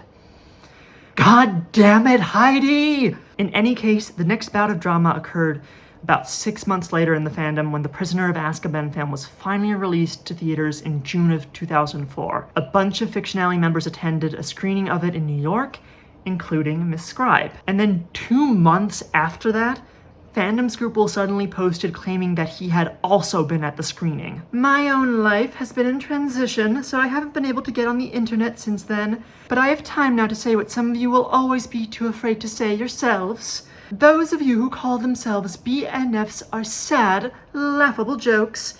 Here are a list of people that some of you think are so cool, and who I had the displeasure of meeting, albeit briefly. And then there was a list of basically all the major authors on the site, and MsScribe as well, who had attended the Prisoner of Azkaban screening. There are many, many more whose names I can't remember. Why do some of you worship these people? They are selfish, self-absorbed, immoral, and childish liars. I laughed when after the show, Heidi screamed at her husband downstairs. Although I was unfortunately trapped in a line on the escalator, couldn't get close enough to hear what she was screaming about. I've never had much of a problem with Melissa, but she acted like she was queen of the world at this event. I'm leaving this entry open because I want people to voice their opinions. It's disgusting the way you all cater to some of these people, and it's even more disgusting how selfish and self-absorbed these people appeared to be. I got the impression that if I stood close to Cassandra Claire, guards would attack me because I wasn't one of the chosen few whose seats were saved near her. Are these people who deserve fame? No, they deserve to be held responsible for acting irresponsibly, writing immoral fic, and acting like celebrities. Here's your chance to roast them the way they deserve to be. Lennox can't help but comment on the absurdity of this in her telling of the story. May I just point out, as an aside, how amazing I find it that these people so easily swallowed the story that some wild-eyed, anti-porn crusading stranger had recognized them all? Did they think he went around peering at name tags and taking notes? Or were they just that famous? I'm going to assume that Heidi really did shout something to her husband, and because I'm a suspicious, cynical sort of person, I'm going to hypothesize that the person who wrote this was actually quite close to her and could hear what she said perfectly, you know, just to throw everyone off the scent. I'm also going to hypothesize that the person who wrote this was one of the chosen few who had a seat saved near Cassandra Claire, and this is a bit of indirect boasting. People were horrified at the idea that there'd been a mysterious, hateful stalker in their midst at the screening, and they began posting frantically about this fact. Discussion began to arise about who this mystery observer could have been, and Angua once again posted that she had a feeling that it was probably someone on the list of names that Fandom Scruples shared. And she ended up making a poll where people could vote on who they thought it was, because I guess she thought that'd be fun. She once again did not explicitly say that it was MsScribe, but the implication was there, and a lot of people picked up on that, including Cassandra Claire. Current mood is irritated. I love the way she's perfected the art of finger pointing while pretending she isn't actually finger pointing. It is the deepest height of stupidity to suggest it's someone on that list. They're pretty much all friends, and in the aftermath of the last Fandom Scruples post, all the ones I talked to or was in contact with were deeply creeped out. Because again, people never lie on the internet apparently. If Fandom Scruples was one of those people, the only person they'd be pissing off, upsetting would be their friends. And really, why bother? Fandom Scruples satirizes nothing anyone in that list of people gives two fucks about. If one were even willing to grant that it's a competent satire, which it isn't. I would assume Angua means Dion from her post for what that is worth. This shows no understanding whatsoever of Dion, but that is not a big surprise. Lennox says that perhaps Angua understood Cassandra Claire's friend a bit better than she did, which, you know, I think is true. Claire accused Angua, though, of trying to sow discontent because she was a Ron Hermione shipper who hated the people on Fictional, and Angua understandably took umbrage with this. Pun not intended. I didn't fling the accusation, and I didn't name names. Tao, the annoying, some other random user, was the one who did that, with the truly stupid accusation of Dr. C, someone who I guess was on the list and must have been at the screening. I lost my temper and responded accordingly. I'm giggling now, though, that you think I would have a vendetta against someone because they ship or used to ship Harry Hermione. Oh, oops, I forgot I wasn't supposed to ever address you again. My bad. And this was kind of, I want to stress, the last major bit of trolling that MissScribe did. Lennox writes, again, for the third time now, most members of the fandom laughed off these accusations of MissScribe being responsible as ridiculous, but the accusations may have had some effect on her. It seems to me that MissScribe became significantly more cautious after that. Very soon after that, Fandom Scruples deleted its first post about the gold list and defriended all the gold list authors. It was almost like MissScribe was signaling to the gold list people, look, I'm not targeting you anymore, so stop accusing me. Fandom Scruples also edited the BNF roast post to remove the list of BNFs and all descriptions of the Prisoner of Azkaban event, so it wasn't harassing MissScribe's friends any longer either. As an aside, if you're wondering why MissScribe decided to attack her friends so randomly again after 6 months, we don't really know why she decided to do this. It seems on its face kind of pointless, like she's not pointing fingers towards any specific forum, she's not doing anything but just insulting people she's close to. Lennox speculates that this was MsScribe giving her friends what she always wanted, thinking that this is something that they would also appreciate in some twisted way. It was her way of showing that she liked them in her twisted mind. She loved being the center of attention and being the center of drama, so why not give that to her friends? I think that's maybe reading a little bit too much into it. Personally, I think that she just liked the drama. I think that as much as all of this sock puppeting and trolling and causing controversy was done specifically to give her more attention and to make her popular, I think also a lot of it is just that she liked having people shout and point fingers and just be upset. I think it gave her kind of a rush to have that kind of power. Lennox continues to write, "In fact, after this point, MissScribe nearly dropped sock puppeting altogether. As best as I can determine, Fandom Scruples was her last major attempt at a sock puppet troll of the Fermatojan, Killigan Has Hope, Potter's Ginny, or Watchful Entity type. I believe she did make one more minor racist troll though, whom you will meet in chapter 10. We will get to chapter 10 very soon." Sometime after this, MissScribe began to suffer a slight decline in popularity. Why? Well, the 2004 election was ramping up and people were speaking out. Long story short, someone posted that they were voting for George W. Bush and it caused a huge amount of controversy. That is right. I am a George W. Bush supporter. I always have been. I don't generally make it well known because so many of you hate him. I don't always agree with everything he says or does, but I like him and I like most of his ideas. Such personal bravery from a Republican inspired other Republicans in the fandom to speak out as well. A lot of people came forward saying that they were voting for Bush, and a lot of people were kind of shocked that there were members in the fandom who they considered friends who had such different opinions from them, and in some cases that actually really upset them. Some even said they were going to unfriend these Bush supporters, and this made Bush supporters indignant. Cheryl just pointed me to the LJ of someone who had just stated she supported Bush. Cheryl said she needed moral support. I went and she sure did. From the comments, the poor girl was being besieged. Lots of, "I can't understand this," and "I'm having trouble with how I see you now," and "I may have to unfriend you." Several of these people were citing Bush's attitude about gays. Look, if someone had come out on their LJ about being gay and was receiving comments of the nature of, "I can't understand this," and "I'm having trouble with how I see you now," and "I may have to unfriend you," these same people will be out for blood of anyone challenging her right to be gay and open about it. It's okay to come out with something you believe in then, but not to come out as a Bush supporter? Hypocrites. This is moronic for so many reasons that I almost feel like I don't need to explain it, but in case there's anyone deeply stupid in the audience, or someone who's maybe just quite young who doesn't quite get it, when someone comes out as gay, they're not coming out with something they believe in, which is what this post is saying is what's happening. That's not what's happening at all. They are sharing a deeply personal part of their identity that impacts how they relate to the entirety of the world, and I suppose to some extent that's true about politics as well.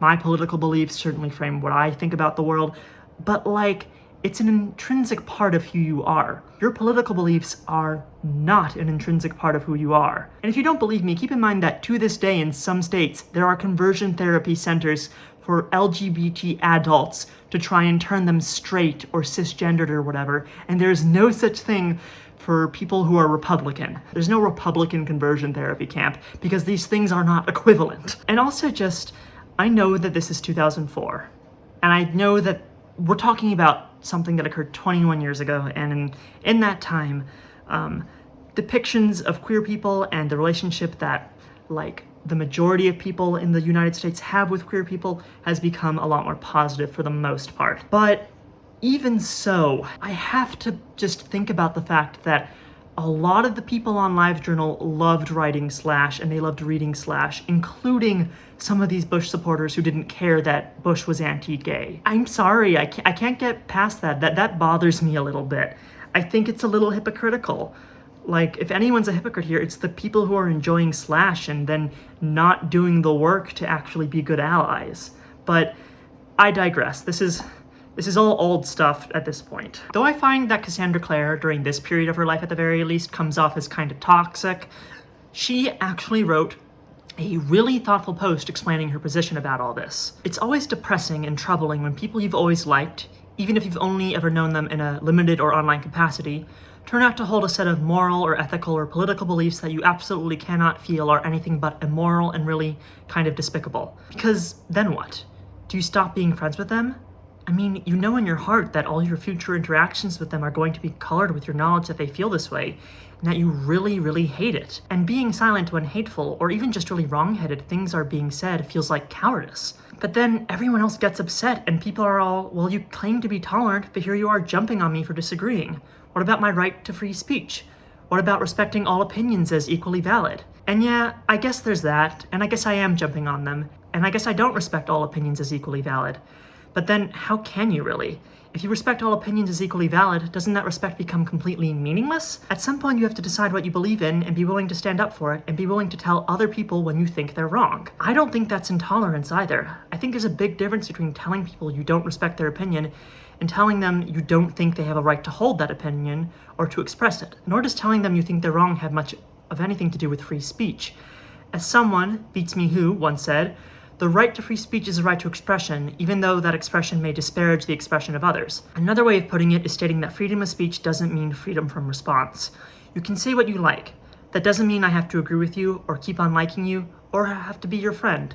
The right of free speech is held by all people and all groups in this country. The right to have what you say and be respected and approved of by me, or by anyone, for that matter, is not. She's right. Like, she put it better than anyone else could. Like, yeah, go ahead and express your opinion, but you're gonna get backlash for it if people don't like it. This is when a brand new group arose on LiveJournal called Wizards for Bush. In one of its earliest posts, it claimed that Dumbledore's army supports Bush, and it also claimed that Democrats didn't care about the events of September 11th. And just, Jesus fucking Christ.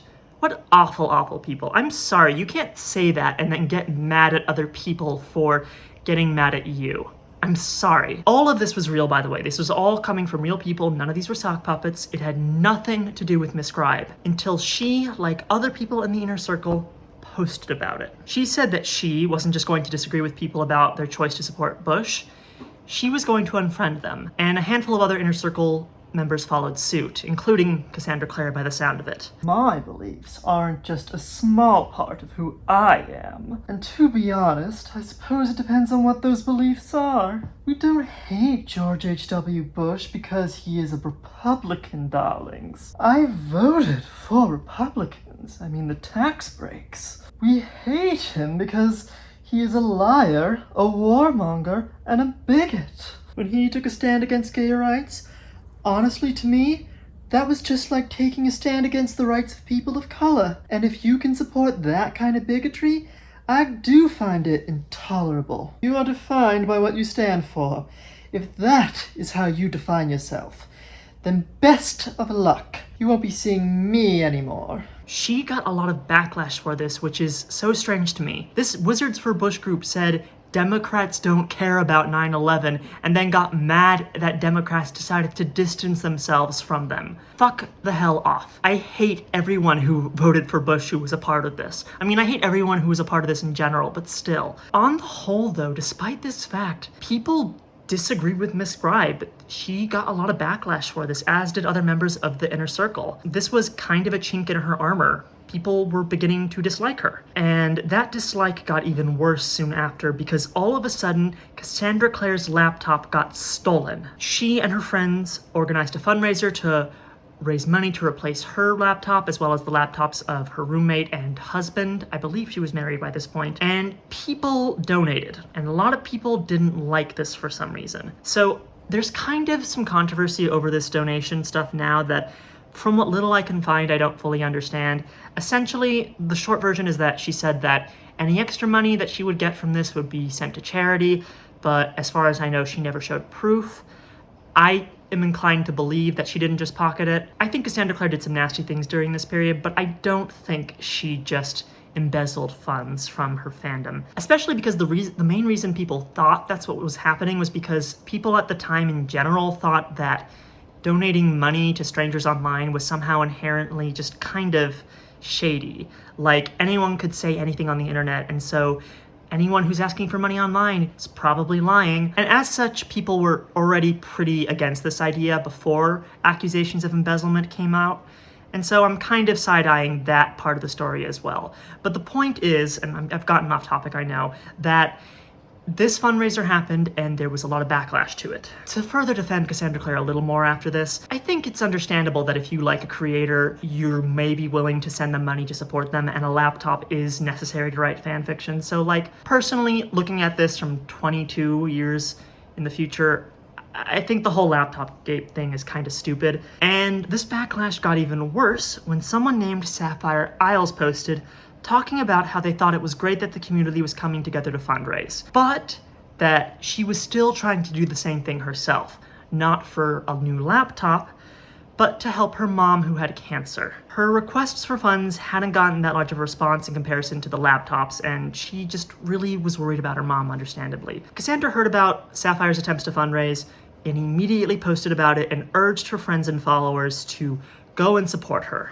Several other members of the inner circle did this too. Cassandra Claire's best friend and right-hand man, Heidi, didn't. Heidi told Sapphire that she couldn't possibly help out because she was just so busy at the moment. Incidentally, she said that she was too busy after not just posting asking for donations for Cassandra Claire's laptop, but also after posting asking for people to help raise money for a breast cancer charity walk event. My friend Lisa has set up a cafe press store where you can purchase items with her photos on them, and in doing so contribute to her Avon Breast Cancer Walkathon project. Some of you may remember her bear auctions from last year. She's doing them again this year and already has Matt Damon's signature in hand. The photos are amazing and it's all for a good cause, so check it out. As an aside, what are bear auctions? I googled this. I literally googled this and I couldn't find anything. Is she like auctioning off like erotic art of big hairy men, or is it something else? Literally, I googled and couldn't find anything. In any case, despite her very recently having shown support for other fundraisers, Heidi now claimed that she was far too busy to fully help Sapphire out. Even though all Sapphire Isle was asking her to do was to just put a post on her LiveJournal saying that this woman needs help and that people can donate. That's literally all Sapphire Isles was asking her to do. And Heidi's response to this was just so crappy, honestly. She was a person of note in the fandom, and it wouldn't have been any trouble for her to put some support behind this. But she didn't. And this is why I think Heidi is a much worse person than Cassandra Claire is, to be honest. I know that Cassandra Claire has a long history of being mean to people online, even as a published author, but her only crimes are being kind of unpleasant and committing plagiarism. She did not refuse to help someone whose mother was dying of cancer like Heidi did. And then there was MissScribe. Miss Little Bitchy Scribe. She did not just refuse to support Sapphire Isle. She questioned whether her mom even had cancer at all. Personally, I'm skeptical. I don't wish this woman any ill will, but it's bad practice to donate to someone you don't know as opposed to an organization designed to help them. My aim isn't to attack this woman. Actually, I don't think anyone over here is attacking her, but I'm done posting. As I've said before, I hope she finds relief and gets better. It's a tough situation to be in, but for the record, I do find a sense of entitlement a little off-putting. What a bitch. Side note, Lennox says she's not certain, but she's pretty sure that Sapphire Isles was a former Gryffindor Tower member. Seems like MissScribe's disdain for them had no bounds whatsoever. MissScribe saying this led to a lot of people assuming that Sapphire was definitely a liar, and they started posting on her LiveJournal harassing her about this. It got so bad, in fact, that Heidi herself, at the very least, got off of her lazy ass to post that people needed to stop harassing Sapphire Isle. I've been asked to make another PSA. People, please don't go onto Christina's LJ and make posts there calling her a liar and wishing for an unhappy ending to her tale. I haven't seen such posts here, but I know a few posts have been screened, so that may be why I can't see them. Despite Heidi deciding to at least kind of defend Sapphire Isle, this did not deter MissScribe from just asking questions about whether Sapphire was telling the truth or not. I just called Illinois' Attorney General's office and checked up with the Office of Charitable Trusts. It seems that www.tochristina.org isn't a registered charity, and there have been some complaints as to the validity of some of the claims over there. Girl, maybe that's because she needs money for medical bills and didn't feel the need to register for a whole charity in order to get that. MissScribe, Dion, if you're watching this, you suck. I'm sorry, you truly fucking do. What were you thinking? This is reprehensible behavior. People were understandably absolutely fucking disgusted by MissScribe's behavior, especially contrasted with what Cassandra Claire herself was doing. One person wrote, "Wow, I'm actually honestly so furious I'm shaking. I've been in fandom for nearly a decade and I've seen a lot of low, ugly, completely unconscionable shit, but this seriously tops pretty much everything I've ever seen. The number of Heidi's friends not only spewing all over Fandom Wake about their disgust that she won't just shut up and go die somewhere out of their line of sight, not to mention the ones actually going to this woman's journal to lecture her about how wrong she was to ask for help from a woman who continually totes her own horn for her charity work within the HP fandom, help that would have cost her nothing, not time, not energy, certainly not money. I'm seriously ill. When you're descending on a dying woman's journal to lecture her because a BNF and her minions found her pleas for help distasteful, you need to seriously fucking reevaluate. And when you're arguing ad nauseum that it's only right and fair for BNFs to hit up their friends' list for toys, but a dying woman trying every way she can to get the help she needs to keep herself alive should be ashamed of herself, and to have the decency to go die somewhere where you don't have to be bothered by it, you need to be reprogrammed with something large and heavy. What the fuck is wrong with these people?" Yeah, so it wasn't just Sapphire Isle who was getting the hate. Her mom, the one with the cancer, also made a LiveJournal account to try and help raise funds as well. She called herself Saph's mom, and she also got hate from these people. Some people even made GIFs reflecting their disdain for MissScribe's behavior.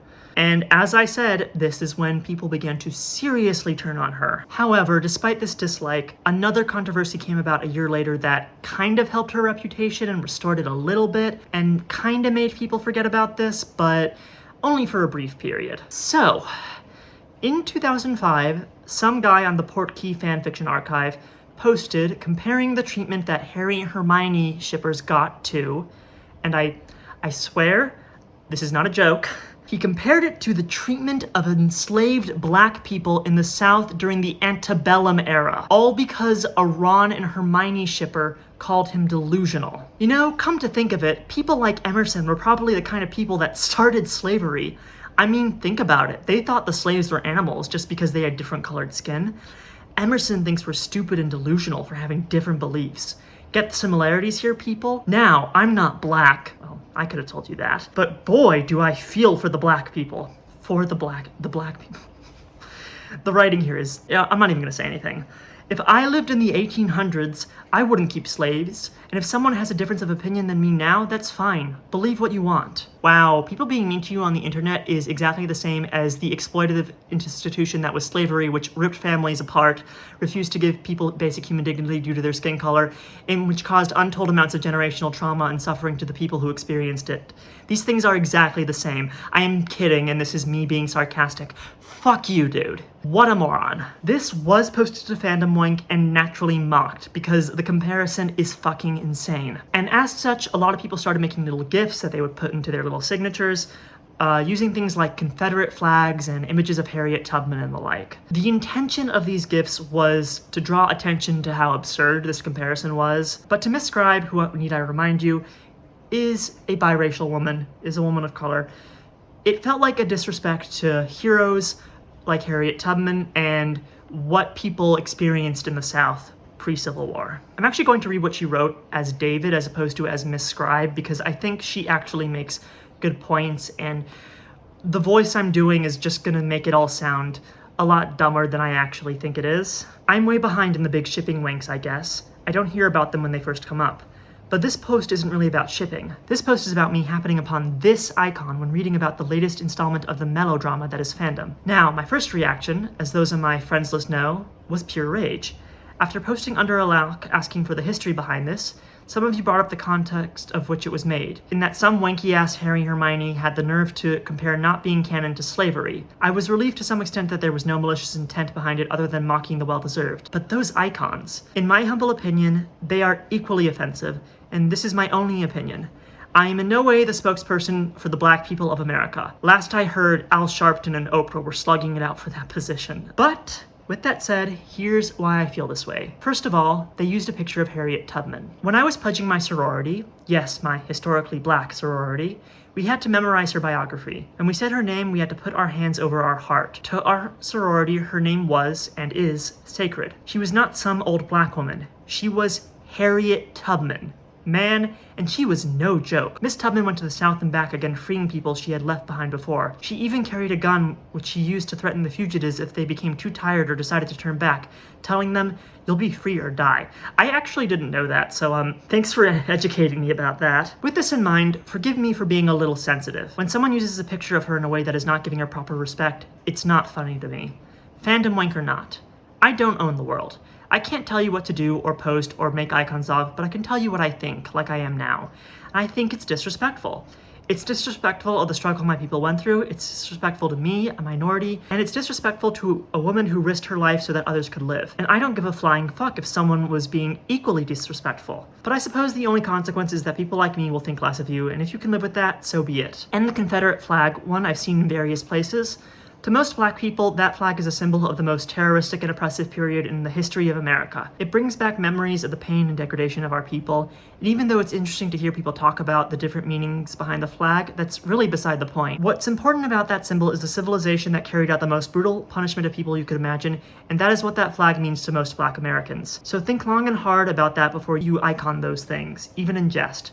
The message you're trying to get across will likely get lost in translation. I do not like this woman. I've made that pretty clear, I think. But I can see where she's coming from here, if I'm being honest. She could have gotten a lot more angry about this, and I think still would have been in the right. But unfortunately, as I said, others didn't see it this way, and when this was reported on Fandom Wank, a lot of really racist people suddenly came out of the woodwork to say really heinous shit about black people. The fandom on the whole, though, sided with MsScribe after seeing the harassment she was getting, and it seems like in this case, these were real racists. I suppose it's possible that these racist comments were from MsScribe herself. We don't have conclusive evidence one way or the other, but honestly, it doesn't feel like her. In the past, all the drama she'd been involved in was mostly stuff she stirred up herself. This wasn't, and as such, I'm more inclined to believe that this was all real. I mean, there are hateful people out there, it's not that surprising. However, with this final bit of wank, MsScribe's activity in the fandom seems to have come to an end. She kind of just stopped posting after a while. She had just had a new kid, and I can assume was being kept busy with that. And so she went quiet. Some months passed, and this is when Lennox started gathering her evidence and writing up her account. As an aside, I've heard two different stories about who Charlotte Lennox was. Based on what one of the very first videos about MsScribe ever on this platform says, this was Angua9 just under a pseudonym just because she thought it'd be fun and maybe thought people would be more likely to listen to her if she distanced herself from the drama a little bit. Others say that this is someone who was entirely new. This is someone who was not involved in the drama, who just was on the sidelines and decided to compile this later. I don't know which of these is true. I'm kind of more inclined to believe that this was all Angua9. If I can find proof, I'll add it here in the video. Lennox/Angua began releasing her account, the one that I've been using for this video, chapter by chapter, and people followed the story over a number of weeks. And as it went on, people finally began to come around to what Angua9 had been saying for years at this point. MsScribe was a liar. She was manipulating everyone. And this led to people looking into the whole situation even further than Lennox had. Someone called the police station. MsScribe said had been involved in the Formato Jam case, and was told that there was no evidence of there being a stalking incident involving her. Cassandra Claire came forward with even more IP addresses that she had, verifying some of the sock puppets definitely were MsScribe, some which we weren't even sure about before this point, and some new information about her personal life did come to light during this period as well. For one thing, it was discovered that some aspects of her story were kind of true. Her husband was in fact a lawyer. She did in fact get into a car accident, which led to her being hospitalized, and so that bit at the very least is true. But all the other embellishments about being a backup singer and working for Joe Biden and whatever else, fake. A lot of people came forward and apologized after this, saying they'd been made fools of and had defended someone who had sown discontent in the fandom for years. All this renewed attention did lead to MsScribe briefly returning to give a very insincere sounding apology. Hey y'all, this is late as hell. That's mostly because I've been digging up some real deep shit in real life. 8th year in marriage and all that. But we're working things out. So, now I want to stop and think about that little thing that happened in June. My reaction was to lock down and tuck in the limbs, mainly because I had a lot of other shit going down, and sometimes you have to close the floodgates. I'm losing this accent as I go on. In the beginning of June, I contemplated filing for separation from my husband. And even though we never split, it has been a tough and rough ride. Did I read all the BP stuff? BP is short for whatever website the MsScribe story was first posted on. Nah, and I'm not linking to it. I'm sure you can find it on your own. I won't lie. I didn't read it. I read the beginning of it, cringed, cut off the computer, and went back to my home turf. Could I have handled things differently? Yeah, but hindsight is 2020, right? Is it all true? Oh goodness, no. Not by a long shot. I'm not going to go point by point on this thing. But for one, I don't have the time, and two, I think people have seen way too much TMI regarding my person, and it has to stop somewhere. Also, those of you who know me know that it takes me 2 years to write something that's 50,000 words. So my response would come in 2008, and I don't think by then people would much care. Girl, if you only knew. Basically, my peeps know what's up. A manipulating mastermind? Oh, nah, darling, don't be silly. I'm not that smart or that organized. If you believe it all, then I wish you well. Is some of what those people said true? Well, this took longer for me to admit even to myself. But yes, I was a real cunt to the GT people, and you know, after years of distance, I wish I would have done things differently. I really did believe what I said back then. Do I now? Of course not. But I understand the anger, and it's probably well-deserved. For that, I am deeply sorry. I wish you nothing but the best, seriously. No fanish bullshit behind it either. I've been out of fandom for a long time, and I'm happy that way, so no worries regarding any of that. Tartan Boxers and Lady Maid Marian especially, you all are decent folk, and good mamas, which in this day and age is worthy of a little respect. I still think Imogen is crazy, though, but shit, we all are, aren't we? I mean, what a bunch of grown-ups who used to write fanfic involving Harry Potter. Crazy is like a fucking prerequisite. I also want to take the time to apologize to Saf's mom. I really had no clue she was in the hospital, and I was assured that she was a scammer. Hell, I thought that up until a couple of weeks ago when I finally swallowed my damn pride, did some digging, and discovered that no, she was indeed very ill. I made a donation to her fund this morning, and I hope she gets better. And even though I'm pretty agnostic, if you are a believer, then pray she gets better, my dears. Seriously, I was really wrong about this. Bitch, you based your assumption about Sapphire's mom on literally nothing. Fuck you. When this excuse didn't stick, she then tried to blame all of this on Clarabella, who was definitely real, you guys, but that also didn't stick. Although it doesn't matter much anymore, Clara asked that I write this up. Oh, didn't Charlotte tell you that she was real? Nania used to talk to her on the phone. Also to me, we sound different. Also, you know, when I was hospitalized, Nania talked to her because I was incapable of it. I believe Nania, just to break character again for a second, was, I think it was the girl who went by the name Imogen online who Charlotte Lennox says may or may not have been real. She's not sure if she was actually a real close friend of MsScribe's or not. But one way or another, and I didn't mention this when I was recording the other day, this woman that she's mentioning now, had left the fandom by this point and couldn't back these claims up. So I think it's safe to say that MsScribe is lying out of her ass here. Interestingly, at some point after the unauthorized biography was posted, Charlotte Lennox actually did speak to this person. Their name was Infinitus. It wasn't Imogen. I got names confused. And they did say that they had spoken to Clarabella on the phone. They appeared to be a genuine person who wasn't MsScribe as a sock puppet. They said that Clarabella didn't sound anything like MsScribe, so that's like a slight wrinkle to the story. Okay, not to interrupt again, but there may be an explanation as to how Infinitus was able to talk to someone who didn't sound like MsScribe and still have the Clarabella story be completely untrue.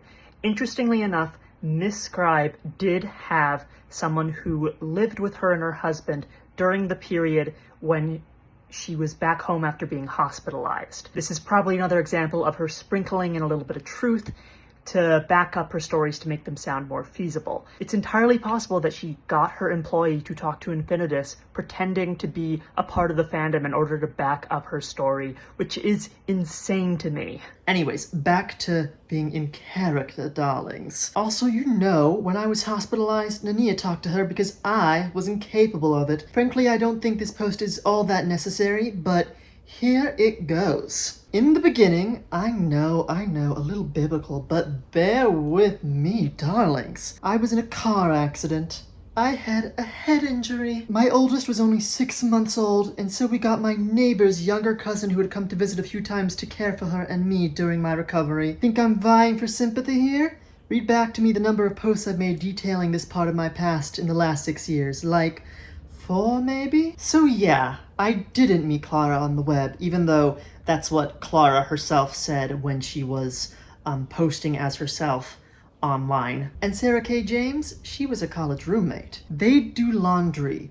Oh, and in case you're wondering, Clara isn't her real name. We gave the fake name to Carissa Lynn because she was a cunt to Clara, and Clara thought she might try to do something regarding her in school. Sarah was in art school and eventually went on to do something in real estate. No, she wasn't 36. We made that up too, darlings. Just having a little fun, don't you know? Totally not lying out of my ass right now. She was gay, though, and after she moved in with her girlfriend, we didn't hear much from her. She stopped posting, and don't you just love the internet? So sad. Also, I didn't want to admit that the grumbly chicks at GT were actually right, but they were. They caught on way before this, and I remained loyal and stubborn to my good friend Clarabella. But seriously, maybe if they'd been nicer, maybe things could have gone differently, and maybe I would have listened to them and not been so dishonest. You thought that I made people loathe you? You thought I made people loathe you? Ha! Y'all did a pretty damn good job of that, all on your own. This is just plain pathetic. Girl, just accept that you were caught. And that was that. She never really suffered a real defeat. She got everything she wanted and didn't have to deal with the consequences of her actions until like a couple years later, by which point she had left the fandom. So she just got away with it. Fuck you, fuck you, fuck you. You're cool. And fuck you, I'm out. In the book Vanity Fair, we follow Becky Sharp as she marries, I think 2, maybe 3 times over the course of the book. We see her go from rags to riches, to rags again, to riches at the very end. And it's implied that she may have actually even killed her husband in the final pages of the book. We're not sure, but it's certainly a possibility with what the narrator ends up telling us. She's a horrible person. Honestly, even after following her for an entire book, I was astounded that she potentially killed a man at the very end. But the point is that regardless of whether she killed him or not, she got what she wanted. She played the game, ruined other people's lives, and she prospered. And I think that's why MissScribe's story reminds me of Vanity Fair. She also broke the rules, played the game, and prospered. Maybe she got caught, but by the time she did, it was a little too late. She'd kind of won, and by the time it all came falling down, she no longer cared that much about it. The MissScribe story is insane. It's insane now, and people at the time thought it was insane too. All this talk about Vanity Fair makes me kind of want to talk about it on the channel. Maybe one day. I don't know. Maybe after I inevitably do a giant War and Peace video like I joked about 2 years ago. As time has gone on, a lot of people have written their own reflections about how this story reflected certain elements of the fandom that weren't great to begin with. People who were there at the time who kind of took a step back after all this was revealed and had some thoughts. MissScribe started the ball rolling, but she didn't do all her dirty work alone. She exploited things that already existed in fandom. The belief that there is one true way, and that people who disagree with you are evil. The willingness to gang up on someone who is different. The whole leader/submissive follower dynamic. The desire to belong to the hottest cliques. The belief that anyone who has anything critical to say about fandom as a whole is just a troll out to destroy the entire fandom way of life. Perhaps one way to guard against people like her is to learn to think for yourself, and not be afraid to express your opinions. Another person at the time writes, What I think was bright about Dion was the way she used existing loyalties and tensions within the specific fandom and among the specific people she knew to pretty much ensure that even when the evidence did come to the surface in dribs and drabs, people would be unwilling to look at it or willing to dismiss it because the sources and the people who needed to hear it were already at odds and distrustful of one another. And she used Fandom Link on numerous occasions to publicize what was going on, at least once reporting herself using another sock. Yeah, at some point, she created an accusation against herself. She made like a sock puppet and then created another sock puppet accusing her of being a sock puppet just to like throw people off the scent. I don't know, it's some weird 3D chess. That's not creative or careful, but it's not stupid either. I know my own personal resolution going forward out of all of this is to be less easy to manipulate, to think twice or 3 times before acting on information that seems almost tailored to make me see red and go on the offense. I think when looking at this story now, it's easy to think everyone was being stupid and not realizing what was going on. But what MsScribe did was huge. There were like so many sock puppets, you guys. And I think just with everything else going on, like it probably wasn't as clear to everyone that someone would bother doing this. The idea that anyone would go to these lengths was probably a bit hard to swallow. I'm not sure where I'd stand if I was there at the time. She did a really good job muddying the waters, even when she was caught. So I am kind of unsurprised that she got away with it. A lot of other stuff was going on in the fandom at the time. It wasn't just MsScribe drama. And so every time that she started something up, it just seemed like another example of weird fandom wank going on in the community. It wasn't laid out so perfectly as it was here. That said, I'm still astounded that she did this anyways. The amount of time and effort this would require is just hard for me to grasp. How did she have time to raise her child during all of this? Babies are a lot of work. Do you think like her husband ever found out? Can you imagine finding out that your wife's been girl bossing an entire community of strangers online behind your back for her own petty reasons? I'm not sure how I'd feel about that. Very few stories in the history of fandom have reached the level of infamy that the MsScribe story has, because I don't think anyone has ever succeeded in misleading an entire community quite like this. The size of the scheme is just wild, even to this day. I don't know what MsScribe is up to now. I hope she's just settled down and started looking after her family, but who knows? She seemed to not just want to get popular, but also really enjoyed causing drama for the sake of drama. Maybe she has like a BTS fan account she sometimes uses to just piss off other fans just for the fun of it. Who can say? Her children are probably in their 20s now, which is so weird to me. They may be watching this video as far as I know, which would be a wild experience if so. Can you imagine that? I will also say, I've heard some people say that she's gone into acting. There's this woman who was in this web series like, I want to say 12, 13 years ago, who shares her real legal name, but I'm positive this isn't her. The description that we have of MsScribe doesn't match the actor in that web series, so I don't think this is her. Anyone who mentions that in the comments is probably wrong. As such, I think for a lot of people, it will remain a cautionary tale of how far people in fandom will go specifically. I'm not super involved in the Doctor Who fandom online anymore, but for a good couple years I was active in like the Twitter Who sphere. And while nothing like this ever happened on there, I definitely saw some very similar dynamics playing out. People becoming very popular, people trying to cozy up to those people who are popular, that sort of thing. And I think that's why this tale has remained with us for so long. It resonates despite it being so old. Anyhow, thank you so much for watching. If you liked the video, leave a like, it helps so much. Subscribe for more. Leave a comment if you have any thoughts. You can buy me a coffee as well if you'd like to support the channel. The link is down below. And thanks for watching. I shall see you all soon-ish. The next video is going to be kind of long, so I'm not sure when it's going to be out. Cheers.